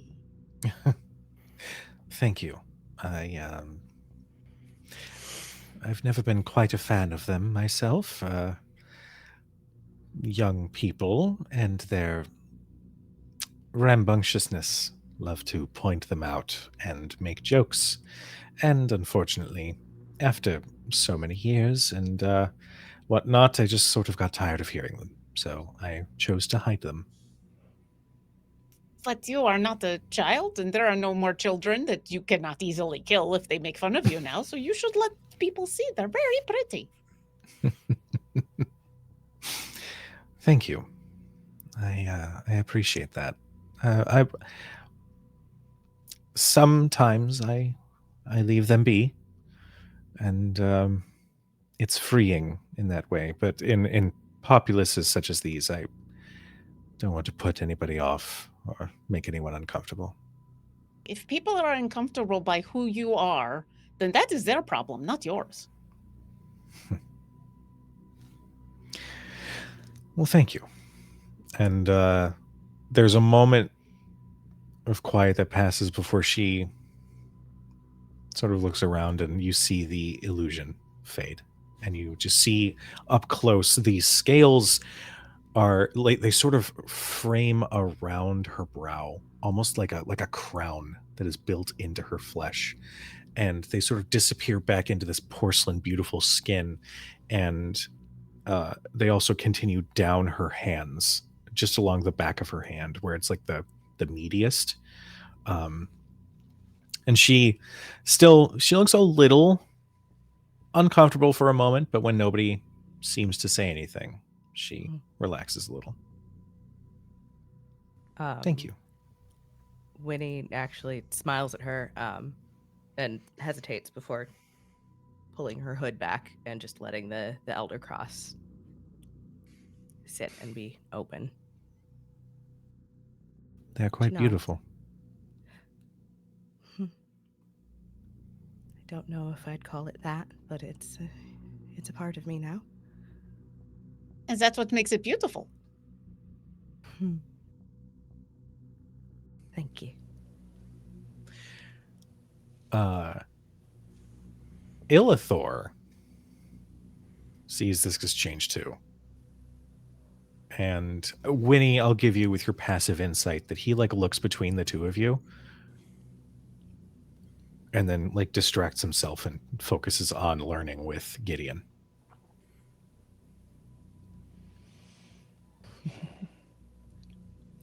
Marcus, do you have anything fun you want to like show? I don't have anything. I don't hide anything. I'm just kind of all out there. Nah, Marcus, what you see, what you get. Yeah. Yeah. I couldn't have if I want to, mommy. I've been through too much. I got no magic or special trick up my sleeve. I just, am what I am, me. But I want to thank you all for being so beautiful. I know the Elder Cross might make you feel like you stand out. Believe you me, I know walk around looking like the devil get you into a lot of trouble, me. People know what it stands for, and it makes them uneasy. So Well, easier to keep it hidden. I can never begin to tell you that I know what it's like to be you. I don't know that, me. Same for you. Mon cher, mon ami, mon frère. I don't know what it's like to be you. I only know what it's like to be Marcus. And I know that every room I walk into, people look at me twice. They're thinking, oh no, here they go, another devil coming to take my house from me. So I know. And that's why I agree with Utazash over there. People always gonna look at you weird when you're different. Doesn't matter how. They will. They will do that then. I just thank you for being you here in my house. That's all I ask you. Show up and be you. To being you. And I've pulled out the jug, the alchemy jug, and made beer. Oh, we having beer us? Oh, please pour me one. Hold on a second. I'll get the good glasses. And I walk out of like the area and I go in the back and I come back with like these lovely crystal chalices with wonderful like ornate like twisting dragon stems. I'm like, now when you drink these, don't ask where I got them from, and I ain't gonna tell you, but we're gonna have a good time drinking from them. I wish the beer that this made was half as beautiful as your glasses, but it's just kind of very basic lager. But you know, it's not bad. And I'll pour. As as you start pouring into the glasses, there's a hand from Illithor that slowly tries to reach out to grab one. I have a passive of 17. What? I imagine like he reaches out and then Gideon, And I'm in the middle not of going breaking to hand concentration, him. just like puts the hands down. His hand, he is still just like focusing on whatever. It's the mage hand that just says no. There's definitely a moment where like Marcus looks at Illithor, stops, and looks at Gideon like, I need your parents' permission. Is this okay? You know, Utazash is still holding out the glass filled with beer for him, and is going to, in that moment, assume, oh, he's still learning. I'll save this for later when they're done doing the thingy. I mean, it makes 4 gallons, so we will have plenty. If I'm correct, his birthday is in a month and 3 days. He can wait. Why must he wait for his birthday? We can celebrate now. Oh, I like Because that. I am not subjecting my student to adolescent drinking. Oh, is that a thing? Oh, that's a thing here. I keep forgetting. I'm so sorry. Illithor, I'll tell you what, all right? You come to me when you hit this birthday. Of course, I want a signed permission slip from your professor. But when the day come, you come to Marcus, and we're going to tear it up just right, okay? Okay. All right, all right. Mental note: ban students from Marcus's tattoo shop. No. And at that, and I'll say even before, as they were talking about like their truth and who they are, you all would have seen like Marcus look over just a little bit, like I got him like over his shoulder, and there's like a very soft smile, but it almost potentially is actually a grin. And he'll look back and, well, now that we're not giving an underage individual liquid sustenance that he should not have, this is a one would call it a lantern of souls from the 9 hells. Well, the first layer, second layer, first layer. First. Isn't it? That was him going back and first. It is the first. But this sure, is the second. yes. He's like, is the first the second? It's first. Okay. Yeah, the DM wouldn't also be curious about that. That would be really weird. Right? That's Yeah. fine. I was Illithor in that moment. It's fine. Look, we can all yes and, but eventually it's up to you to make it a positive exclamation point. You know what I mean? Yes, and done. Oh, okay. And I mean, that yes. kind of makes sense why it was all lit up when she was not alive, and then it went dark when she was. oh yes, if you would have passed, it would have consumed or at least housed your soul. Oh. Again, you were the target. And I'm gonna go look at this thing here. Professor Gideon, is there any runes on it, or any sort of like language that you can? DM. There are some magical runes on it, but nothing in particular like language necessarily. Okay. It is clear that this was purely for function over form. Got you. Okay. He was just looking at it. Do not believe there's anything specific as far as different dialects and such. It's just arcane. All right. Well, that's delightful, but why was I the target? Questions we have.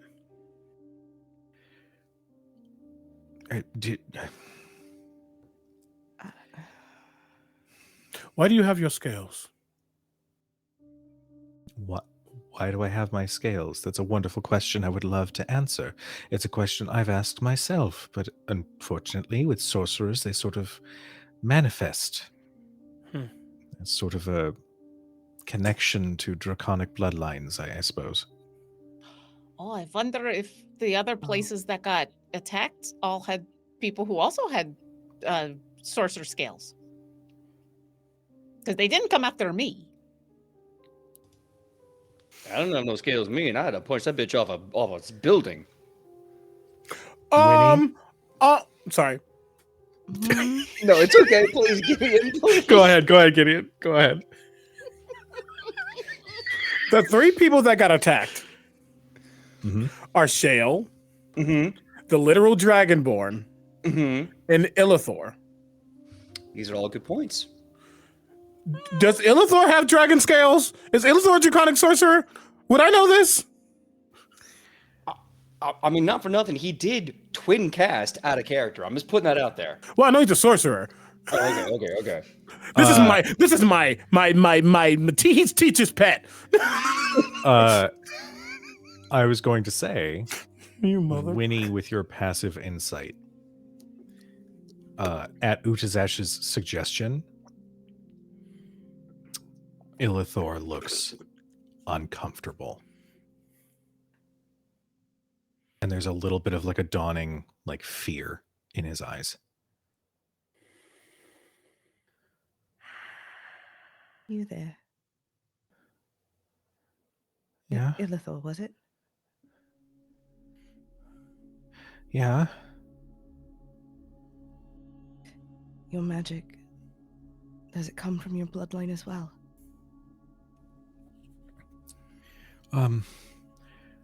Well, it's just sort of manifested when I was a kid. I didn't really understand it, and that's when my parents had me go to the academy. I don't know. You don't need to roll. He is, even Gideon. You've heard this tone before. Whenever he is lying. It's all right.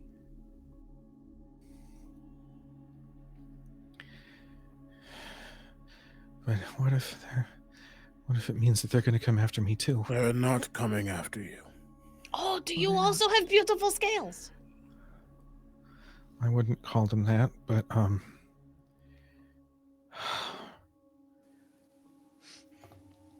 he mutters something and he removes a hat that wasn't there, that like wasn't visible, and green scales crawl up the side of his face, and his eye is this sickly yellowish green with the draconic sort of slit as a pupil. And he sort of holds his hat off to the side. Really quickly, is this something that Gideon is just now finding out, or has Gideon known? I'm going to leave that up to you. Mm. I will say that you did notice something a year ago when you were in the city and the Illithid were attacking. Whether or not you followed up on that and maybe had a conversation, or maybe this was discovered, I'm actually going to leave that in your court. Okay. His main classes don't focus on the different types of magic. I'm just gonna leave it to a roll to see if he actually asked. Sure. Okay. That was an 18 on the die. I think he would have an inkling, but he has never gotten into it because that's a more advanced thing, getting into your type of power. Mhm. But I think seeing and hearing and thinking about everything that has happened now, he just looks down at Illithor. You're not going to like what I'm going to say. You're going back to the academy. I don't want. Please don't make me just go back. At the end of the day, this is now something that is putting your life in danger, and I, as a professor, cannot allow you to willingly put yourself in that space. But you said that you would make sure that they're not going to come after me.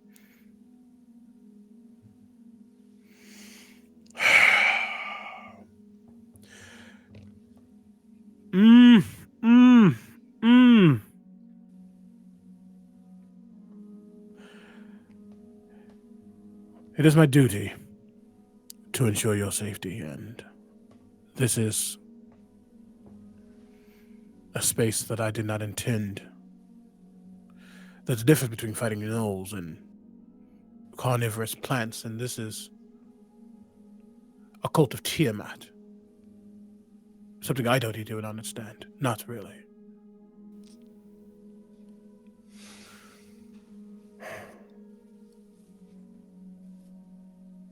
Make me a persuasion check. If you were going to continue, then please continue.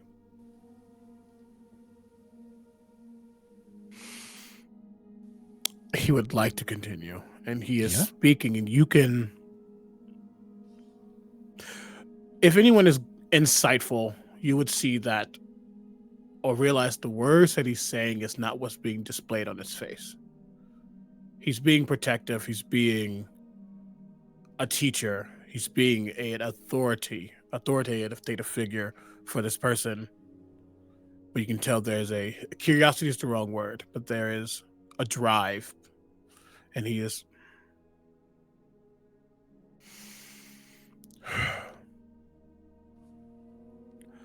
If I do not send you back, what is your intention?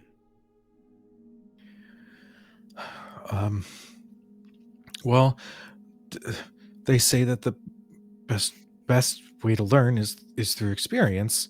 Not to downplay your method of teaching or anything. It's more that me and books don't... I struggle with that, and I know that I can learn so much more being out here adventuring with you. If this is something you're going to look into, then at least let me be a part of making sure that I don't fall into whatever plans or designs that they have.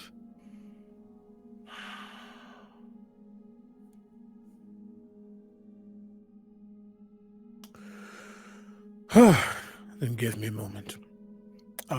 He's going to stand.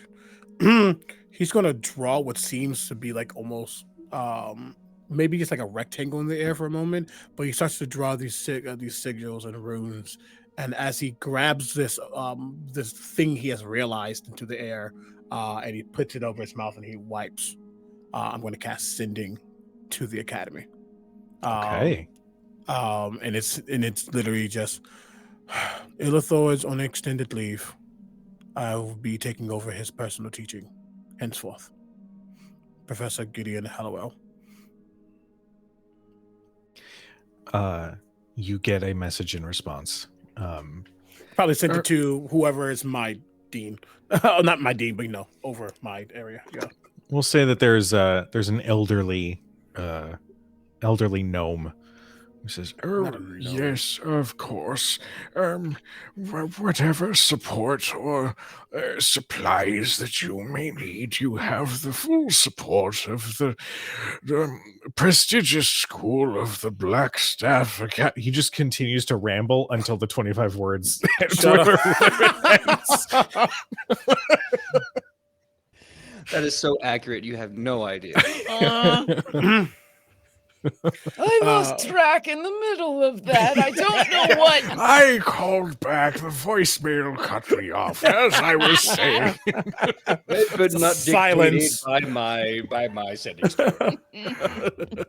And as he sends and he finishes, he just looks back at Elithor. Then you will do as I say. When I say, if you misstep, you know what the consequence is. I know. I won't let you down. It's not about letting me down. It's about letting yourself down. You have drive. I can teach, but I cannot make you walk. Well, then, let me fall a couple times, but, eventually I'll get my feet out under me.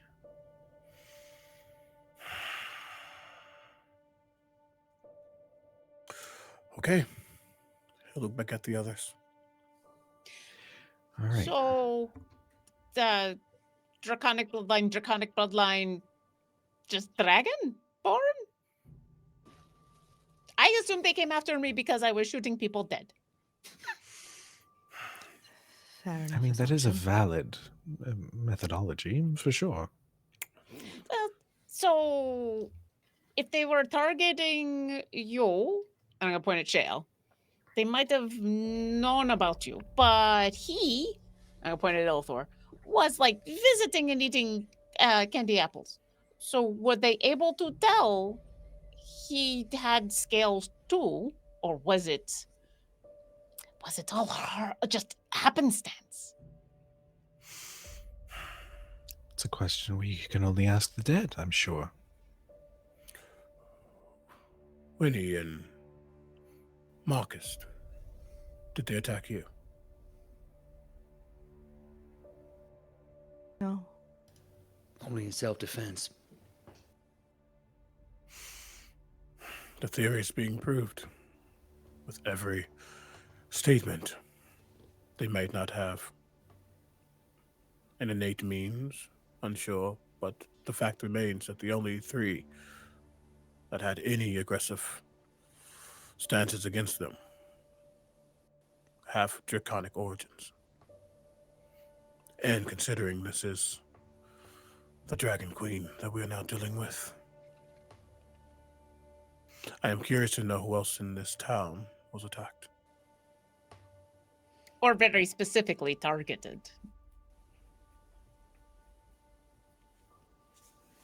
There are plenty of Dragonborn here. I met them, me. There's also, you can go over to Rollerkin's pretentious tower in the sky. There's plenty of sorcerer there, too. They came here to fight.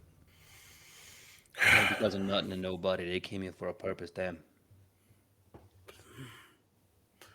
Part of me does not believe they came here to fight. Fighting was part of the equation, sure, but they were not here to fight. The lantern proves that. They were here to attain. They were here to collect. Souls of dragon people? Power. Draconic power. That is what it turns the souls into. Well, anyone could, hypothetically, be within this lantern, but they had a very specific intent. And at least at first, a very specific person. She was the only one who got hit with poison. Do we know what that was at first?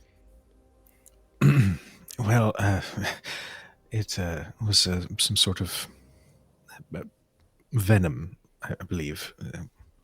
Certain poisons can render their target unconscious rather quickly. That's what I believe it was, anyway. The spell, well, I believe that was blight. Ugh. Yes, it's not ideal. But, if they are targeting those with draconic origins, then it should be made known, so that those who have connections to the dragons should be on guard, shouldn't they? Also, something to think about, and think about this real hard like you. Baldur's Gate is a big place, but it's a place that don't move. If these cultists know we live here, they come back. Ain't no question about that. If we gonna be truly safe, we can't stay here.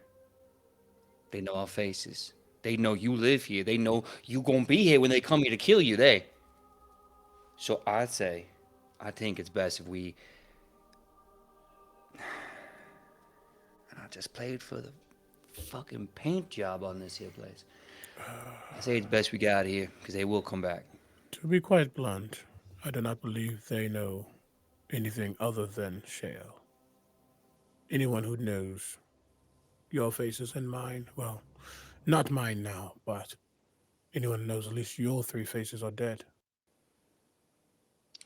True. Have we killed, my apologies. Have we expired this here other one?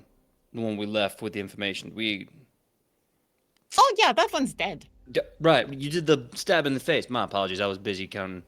That's okay. No loose ends. I will say that I specifically might be the only one that a certain queen has spotted, if she was actually looking, but that does not mean Baldur's Gate is in danger. That would just mean I need to keep my eyes peeled. Well, I mean, I guess that begs a very important question. We gonna stay here and keep doing this thing, or we gonna go? If we keep staying here, that's fine. But that keeps inviting challenge. If we hit the road, at least it's a moving target is easier to miss, is all I'm saying. We need a destination before we just get on a road. Shale looks at Marcus. So quick to move locations.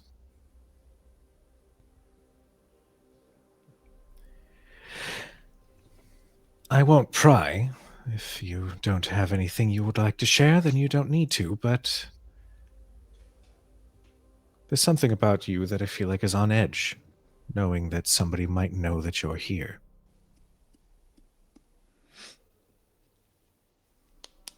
Not everybody gets a second chance.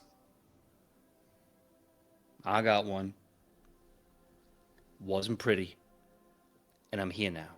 I'm here, me. I have a second chance, and it was...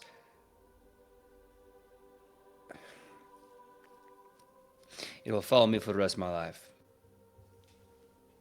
So, you tell me Helm's coming with them. I'm thinking I do what I gotta do, and I gotta run off again. I'm not saying I'm gonna leave you. I don't believe in leaving anyone, me. No one was left behind, but what I'm saying is simple. Baldur's Gate's a big place. But it is a place that don't move. And if this is Tiamat, that bitch, she ain't showing up with half an army. She's showing up with the whole damn thing. She's coming back. And she's play for keeps, and she's gonna keep you all. You stay here, it's a matter of time. You leave, then it's just a matter of more time. And time is the only thing we got.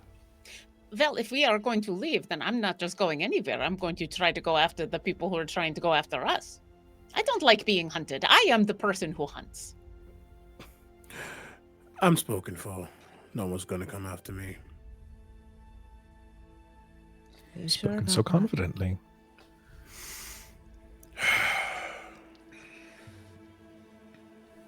Without getting into details,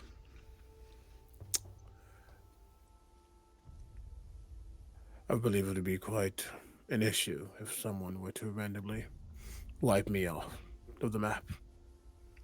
But that's neither here nor there. What's important is, where do we go? Do we find leads in town, perhaps? We can. But let's just be very clear. We are now six individuals who happened to meet a year ago or so. And now we'll, as fate might have decided, are meeting again under circumstances that are now drawing us together. There isn't we skip out of the town and go be an adventuring party. No, if we're going to do this, we're going to do this with all the details we can. Or I take myself and Illithor back to Braxaf. Well, we know there were other attacks.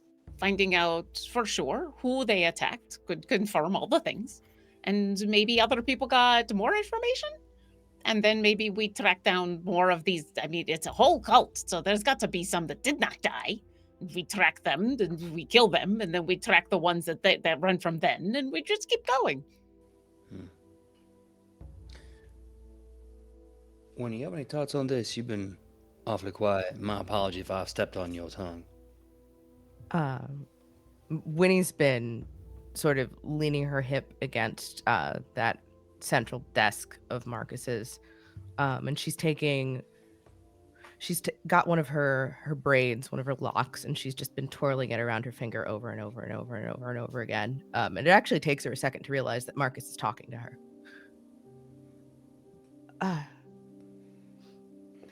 The professor is right. We can't just go wandering in the wilderness. Well, that tends to be where I'm personally most comfortable. If this is something that we are deciding to band together and fight, well, you can't very well go fighting blind.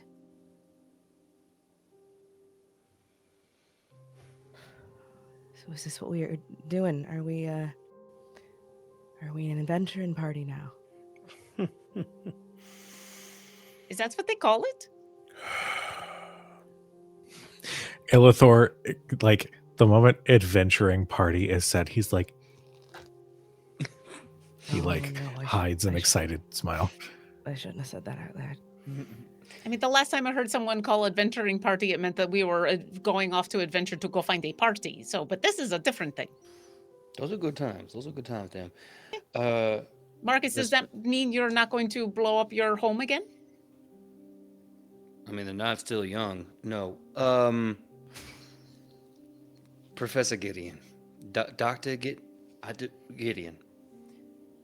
I understand that there is a wealth of knowledge, experience, lifetime wisdom that you have that I will probably never touch on. If you think there's merit to anything I've been saying me, then I will follow whatever you say is the best course of action. You say we gotta find a place to go. You tell old Marcus where. I'll be the front line. Been that way before. I'll do it again, me. I just think that it would be pertinent for us to gather more intelligence before we wander into this wilderness, as Winnie has said. And I do agree. We speak to someone who might have seen more. See if this was isolated or if this was intentional. And then... No? Well, I understand that your student has a place of safety that he could potentially go back to should things go sideways. Utazash, I'm not entirely sure where your base of operations is. Well, for now, it is right here where my feet is. Well, My base goes wherever I go. But Miss Shale, what about you? Is there a place of safety somewhere that you could get to where you might not be discovered again? Well, a socialite like myself, everybody tends to know my name, and I think that's the problem. Also, I realize as the GM, I can't decide if she's got a British accent or an American accent, so I'm just going to sort of dip between both. Transatlantic, it's fine. Yeah, yes. Yeah. Well, back in Neverwinter. We're about to go to waters deep, where all the water's deep, and the deep is water. Oh God.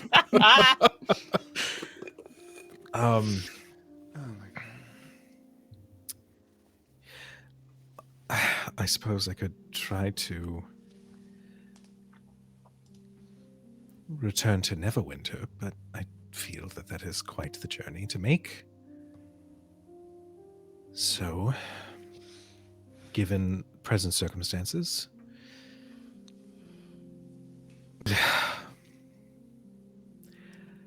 I suppose you're right that perhaps traveling to figure this mystery out, if you wouldn't mind one more to your party, then until we can find a space that is safe enough, I suppose that I'm traveling with you. Does anybody here have someone we can talk to find out about who the Flaming Fist saw, attacked, captured? I would assume any god. Well, we find a captain, perhaps. Oh, wait, hold on. No, Marcus, we know someone. Oh, we do?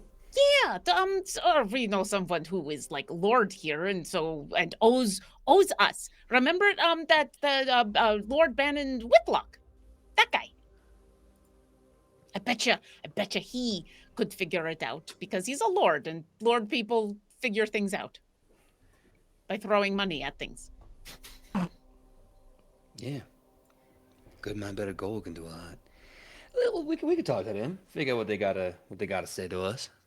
And if not, when we've exhausted all the options, I might know a few people, but it's sort of last result kind of thing. Winifred, do you know anybody we could go talk to?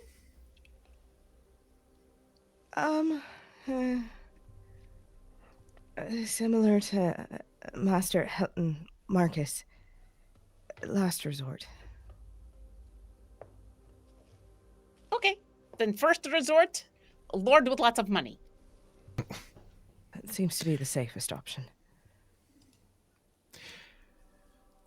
All right. As you all finish this conversation. One last quick thing Sure. before we wrap it up. As it's been talking, I would have just in case, because I can figure that the coins are abnormal. Probably should keep those with us. The dagger. Was there anything about the dagger I could easily have been ritual casting identify on it as well? It is the equivalent of like a +2 dagger. I will say it's as an additional effect, it's got a bleed effect on a critical hit until a constitution saving throw is made. An additional d6 of bleed damage will be inflicted upon the target. Nice. Okay. And it is not attunement. That is just how that blade is. Gotcha. Yeah, I think he'll just look at that and kind of look at the group. If anyone is a adept with daggers, this might be useful. And the mage hand is going to lift up and it's like the tip is spinning on the mage hand. On the one like one of the fingers. Can make one bleed. I arcane is the way I go. I'll walk on over and just pluck it out of your mage hand and look at it. I could always throw it. I don't like to get up close if I don't have to, and I'll kind of flip it a couple times and test the weight and and then look at Marcus and say, "Your fists are really, really powerful, but would you like to also a dagger in your fist? Like put it in between your fingers and then like stab and punch at the same time." Thank you. No, I love your enthusiasm, but I don't need that in me. But I will say this: if Gideon or Ilithor. or Shale or Oh yeah. Ilithor wants to learn how Ilithor's to use not it. touching a dagger. No. I'm just saying, it's a dangerous wild world out there. Someone needs to learn how to defend themselves. Sometimes the enemy ain't 120 feet away or more. Sometimes they're right up in your face, and you gotta. Yeah, and Gotta get dirty. sometimes you gotta like use a really cool dagger. Whatever. But what I'm saying is this: I was I'm like, taught. as Marcus is talking, I'm holding the hilt of the dagger first out to Ilithor, and then to Shale, and then to Ilithor, and to the Shale. Shale will eventually speak up. I if nobody else is claiming it, then I'm sure it would be nice to have on hand just in case. All right. Listen, if Ilithor was an Eldritch Knight, then maybe. But he's a sorcerer, so he gonna stick with that. I gotta teach him. It's No a simple daggers. weapon. He's proficient, right? No daggers. No.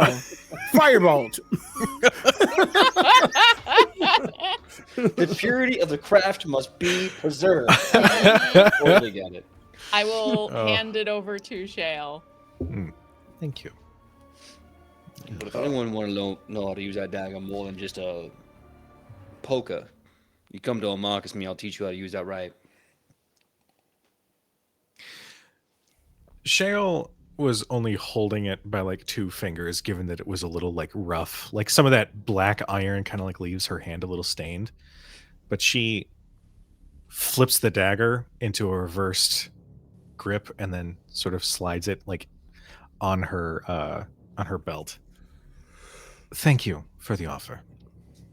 Oh, we got a badass over here. I'm sorry, child. I'm so sorry.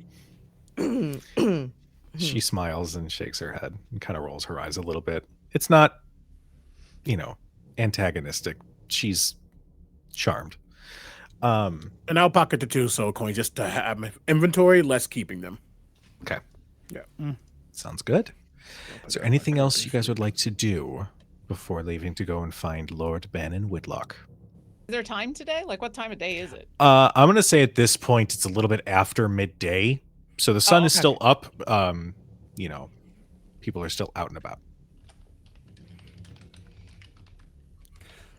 As we leave, if we get to that point, Utazash is going to very intentionally walk next to Ilithor and try to speak under her breath and fail miserably so everyone can hear her say, "Well, I mean, I've got another dagger. It's probably better that you, play with one that is not so dangerous as that, especially the curvy blade one, but I can show you how to use that. But really, you seem like a long-distance person. Have you ever used a bow?" And I'm just gonna start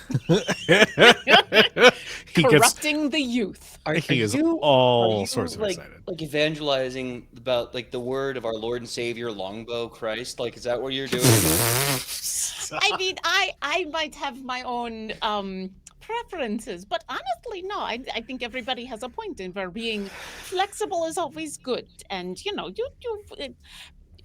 now don't need to hide your pretty scales, and so you should feel good about that, but that does mean you need to protect yourself, and you've got really good magic, but maybe crossbow might be good for you. You're gonna see the mage hand go down to the ground and just get like a bunch of very, very, very loose, like I say sand, but it's like rock or whatever. Oh, yeah, But it's yeah. very, very fine. The mage hand just lifts up and he just speaks what would he say? Ta-da. And literally the sand just forms a veil between Utazash and Ilithor as he uses. I'm using elementalism just to just cut them off. Like no. Oh, we are being attacked again! No, it's just the cheater wall. The cheater wall. Oh my wall. God. Oh, I love this group so much. As you all leave the tattoo shop and continue on your journey, we are going to wrap up our session there. Oh, so good, so good, so good. To everyone tuned in, thank you so much. We are going to go around and give the floor to our wonderful players, let you know where you can find them, go and support them because they are wonderful, delightful humans. Go on ahead, my beautiful party. Oh yeah, I gotta start. Hi, I'm Lauren Urban. Go to lauren-urban.com. That's it. Thank you. I love all these people. It's fun. Love, quick and easy. Hi, everybody. My name is Omega Jones, also known as Crown, QR0WN or QR0WN TV, plus other things on Blue Sky. I'm on a bunch of different things tomorrow. You can catch me on Dinner in the Game, Twitch, playing Auto Resistance, which is the Monster of the Week campaign. On Tuesdays, you can catch me on twitch.tv/SurfEffers, playing a D&D campaign called Terraform. On Thursdays, you can catch me on twitch.tv/Captain Robert for Vecna, Eve of Ruin. And Fridays I'm here. Find me on socials doing all the things. That's me. Hi, hello, good evening, folks. I am still Laura Tutu. Here playing your tiny little celestial warlock. When I'm not here, you can find me hanging out with fine folks over at Queen's Court Games, where I play Calamity Madden in our multi-award winning Vampire the Masquerade Chronicle, the All Night Society. We are in a bit of a hiatus right now while our storyteller recovers from life doing the life things. But we have 2 whole seasons for you to watch on Spotify and or YouTube, whatever you prefer. Next couple of weeks, you'll be able to find me hanging out with the folks at Folk and Myth, and more things with Queen's Court Games. And I'll be at PAX U, so come say hi. Yay. Okay, so that just leaves me. Hello, everyone. My name is PJ McGaw. You can find me all over the internet at PJ McGaw, Facebook, Instagram, TikTok, Twitter, Blue Sky. I am Nat 20 Productions official in the chat. When I'm not here on Fridays with these awesome people, and every Friday, you can also see me intermittently on the new Noir Vel, Noir Enigma. We're doing some awesome Marvel stuff. We've been shooting a lot of stuff called Bad Meets Evil. I can't wait for y'all to see it. You can also see me on YouTube at Dungeons Divided. We have about 15 episodes out right now. Bit of a hiatus as we're kind of wrapping some things up for the end of the year. Hope you come check it out and like what you see. I also have a lot of other cool stuff, Paizo and Pathfinder 2E related, as I'm both writing for them and have a lot of experience GMing. And I just got news about an awesome project that I did back in 2023 that should be done by January 2025. So I'll keep you in the loop on that. Until then, I think that's it. Anything else, go check me out on all the socials at my name. And kicking it right back off to Cujo. Hello, everyone. I am Cujo. I have been your chronicler for this evening. You can find me all over the place as Cujo Plays Games or Crit Hit Chronicles. Every Thursday, we have the Tales of the Valiant with a fucking chaotic ass party. Oh my god. So tune in for that. Every Friday you can find us here continuing Shadows over Baldur's Gate. You can also find me on Wednesdays over at Nerd Immersion playing some D&D. We're doing 2024 rules and doing Phandelver and Below, which has been a great time. You can find me as Gable, the Gentleman Rogue. In the meantime, keep an eye on the socials for any future project announcements. And also, because I neglected to mention it earlier, Crit Hit Chronicles is sponsored by Modern Artifice. So if you are looking to pick up some fantastic sets of dice, please go and support them. They are wonderful. They're a link to their stores in my link tree. You can find that on any of my socials. But anyway, we're going to go ahead and get a raid set up. A criminal who has standards. Absolutely, darling. You wouldn't catch me dead in a seedy tavern like this one. Please. We are going to get a raid set up for Folk and Myth. Give them all of my love. They are wonderful, delightful creators over there. They are also playing some tabletop RPGs. So give them the love. In the meantime, we love you. We appreciate you. Be nice to each other. And we are going to wrap up tonight's session. Be nice to each other, and we'll see you guys next time. Bye.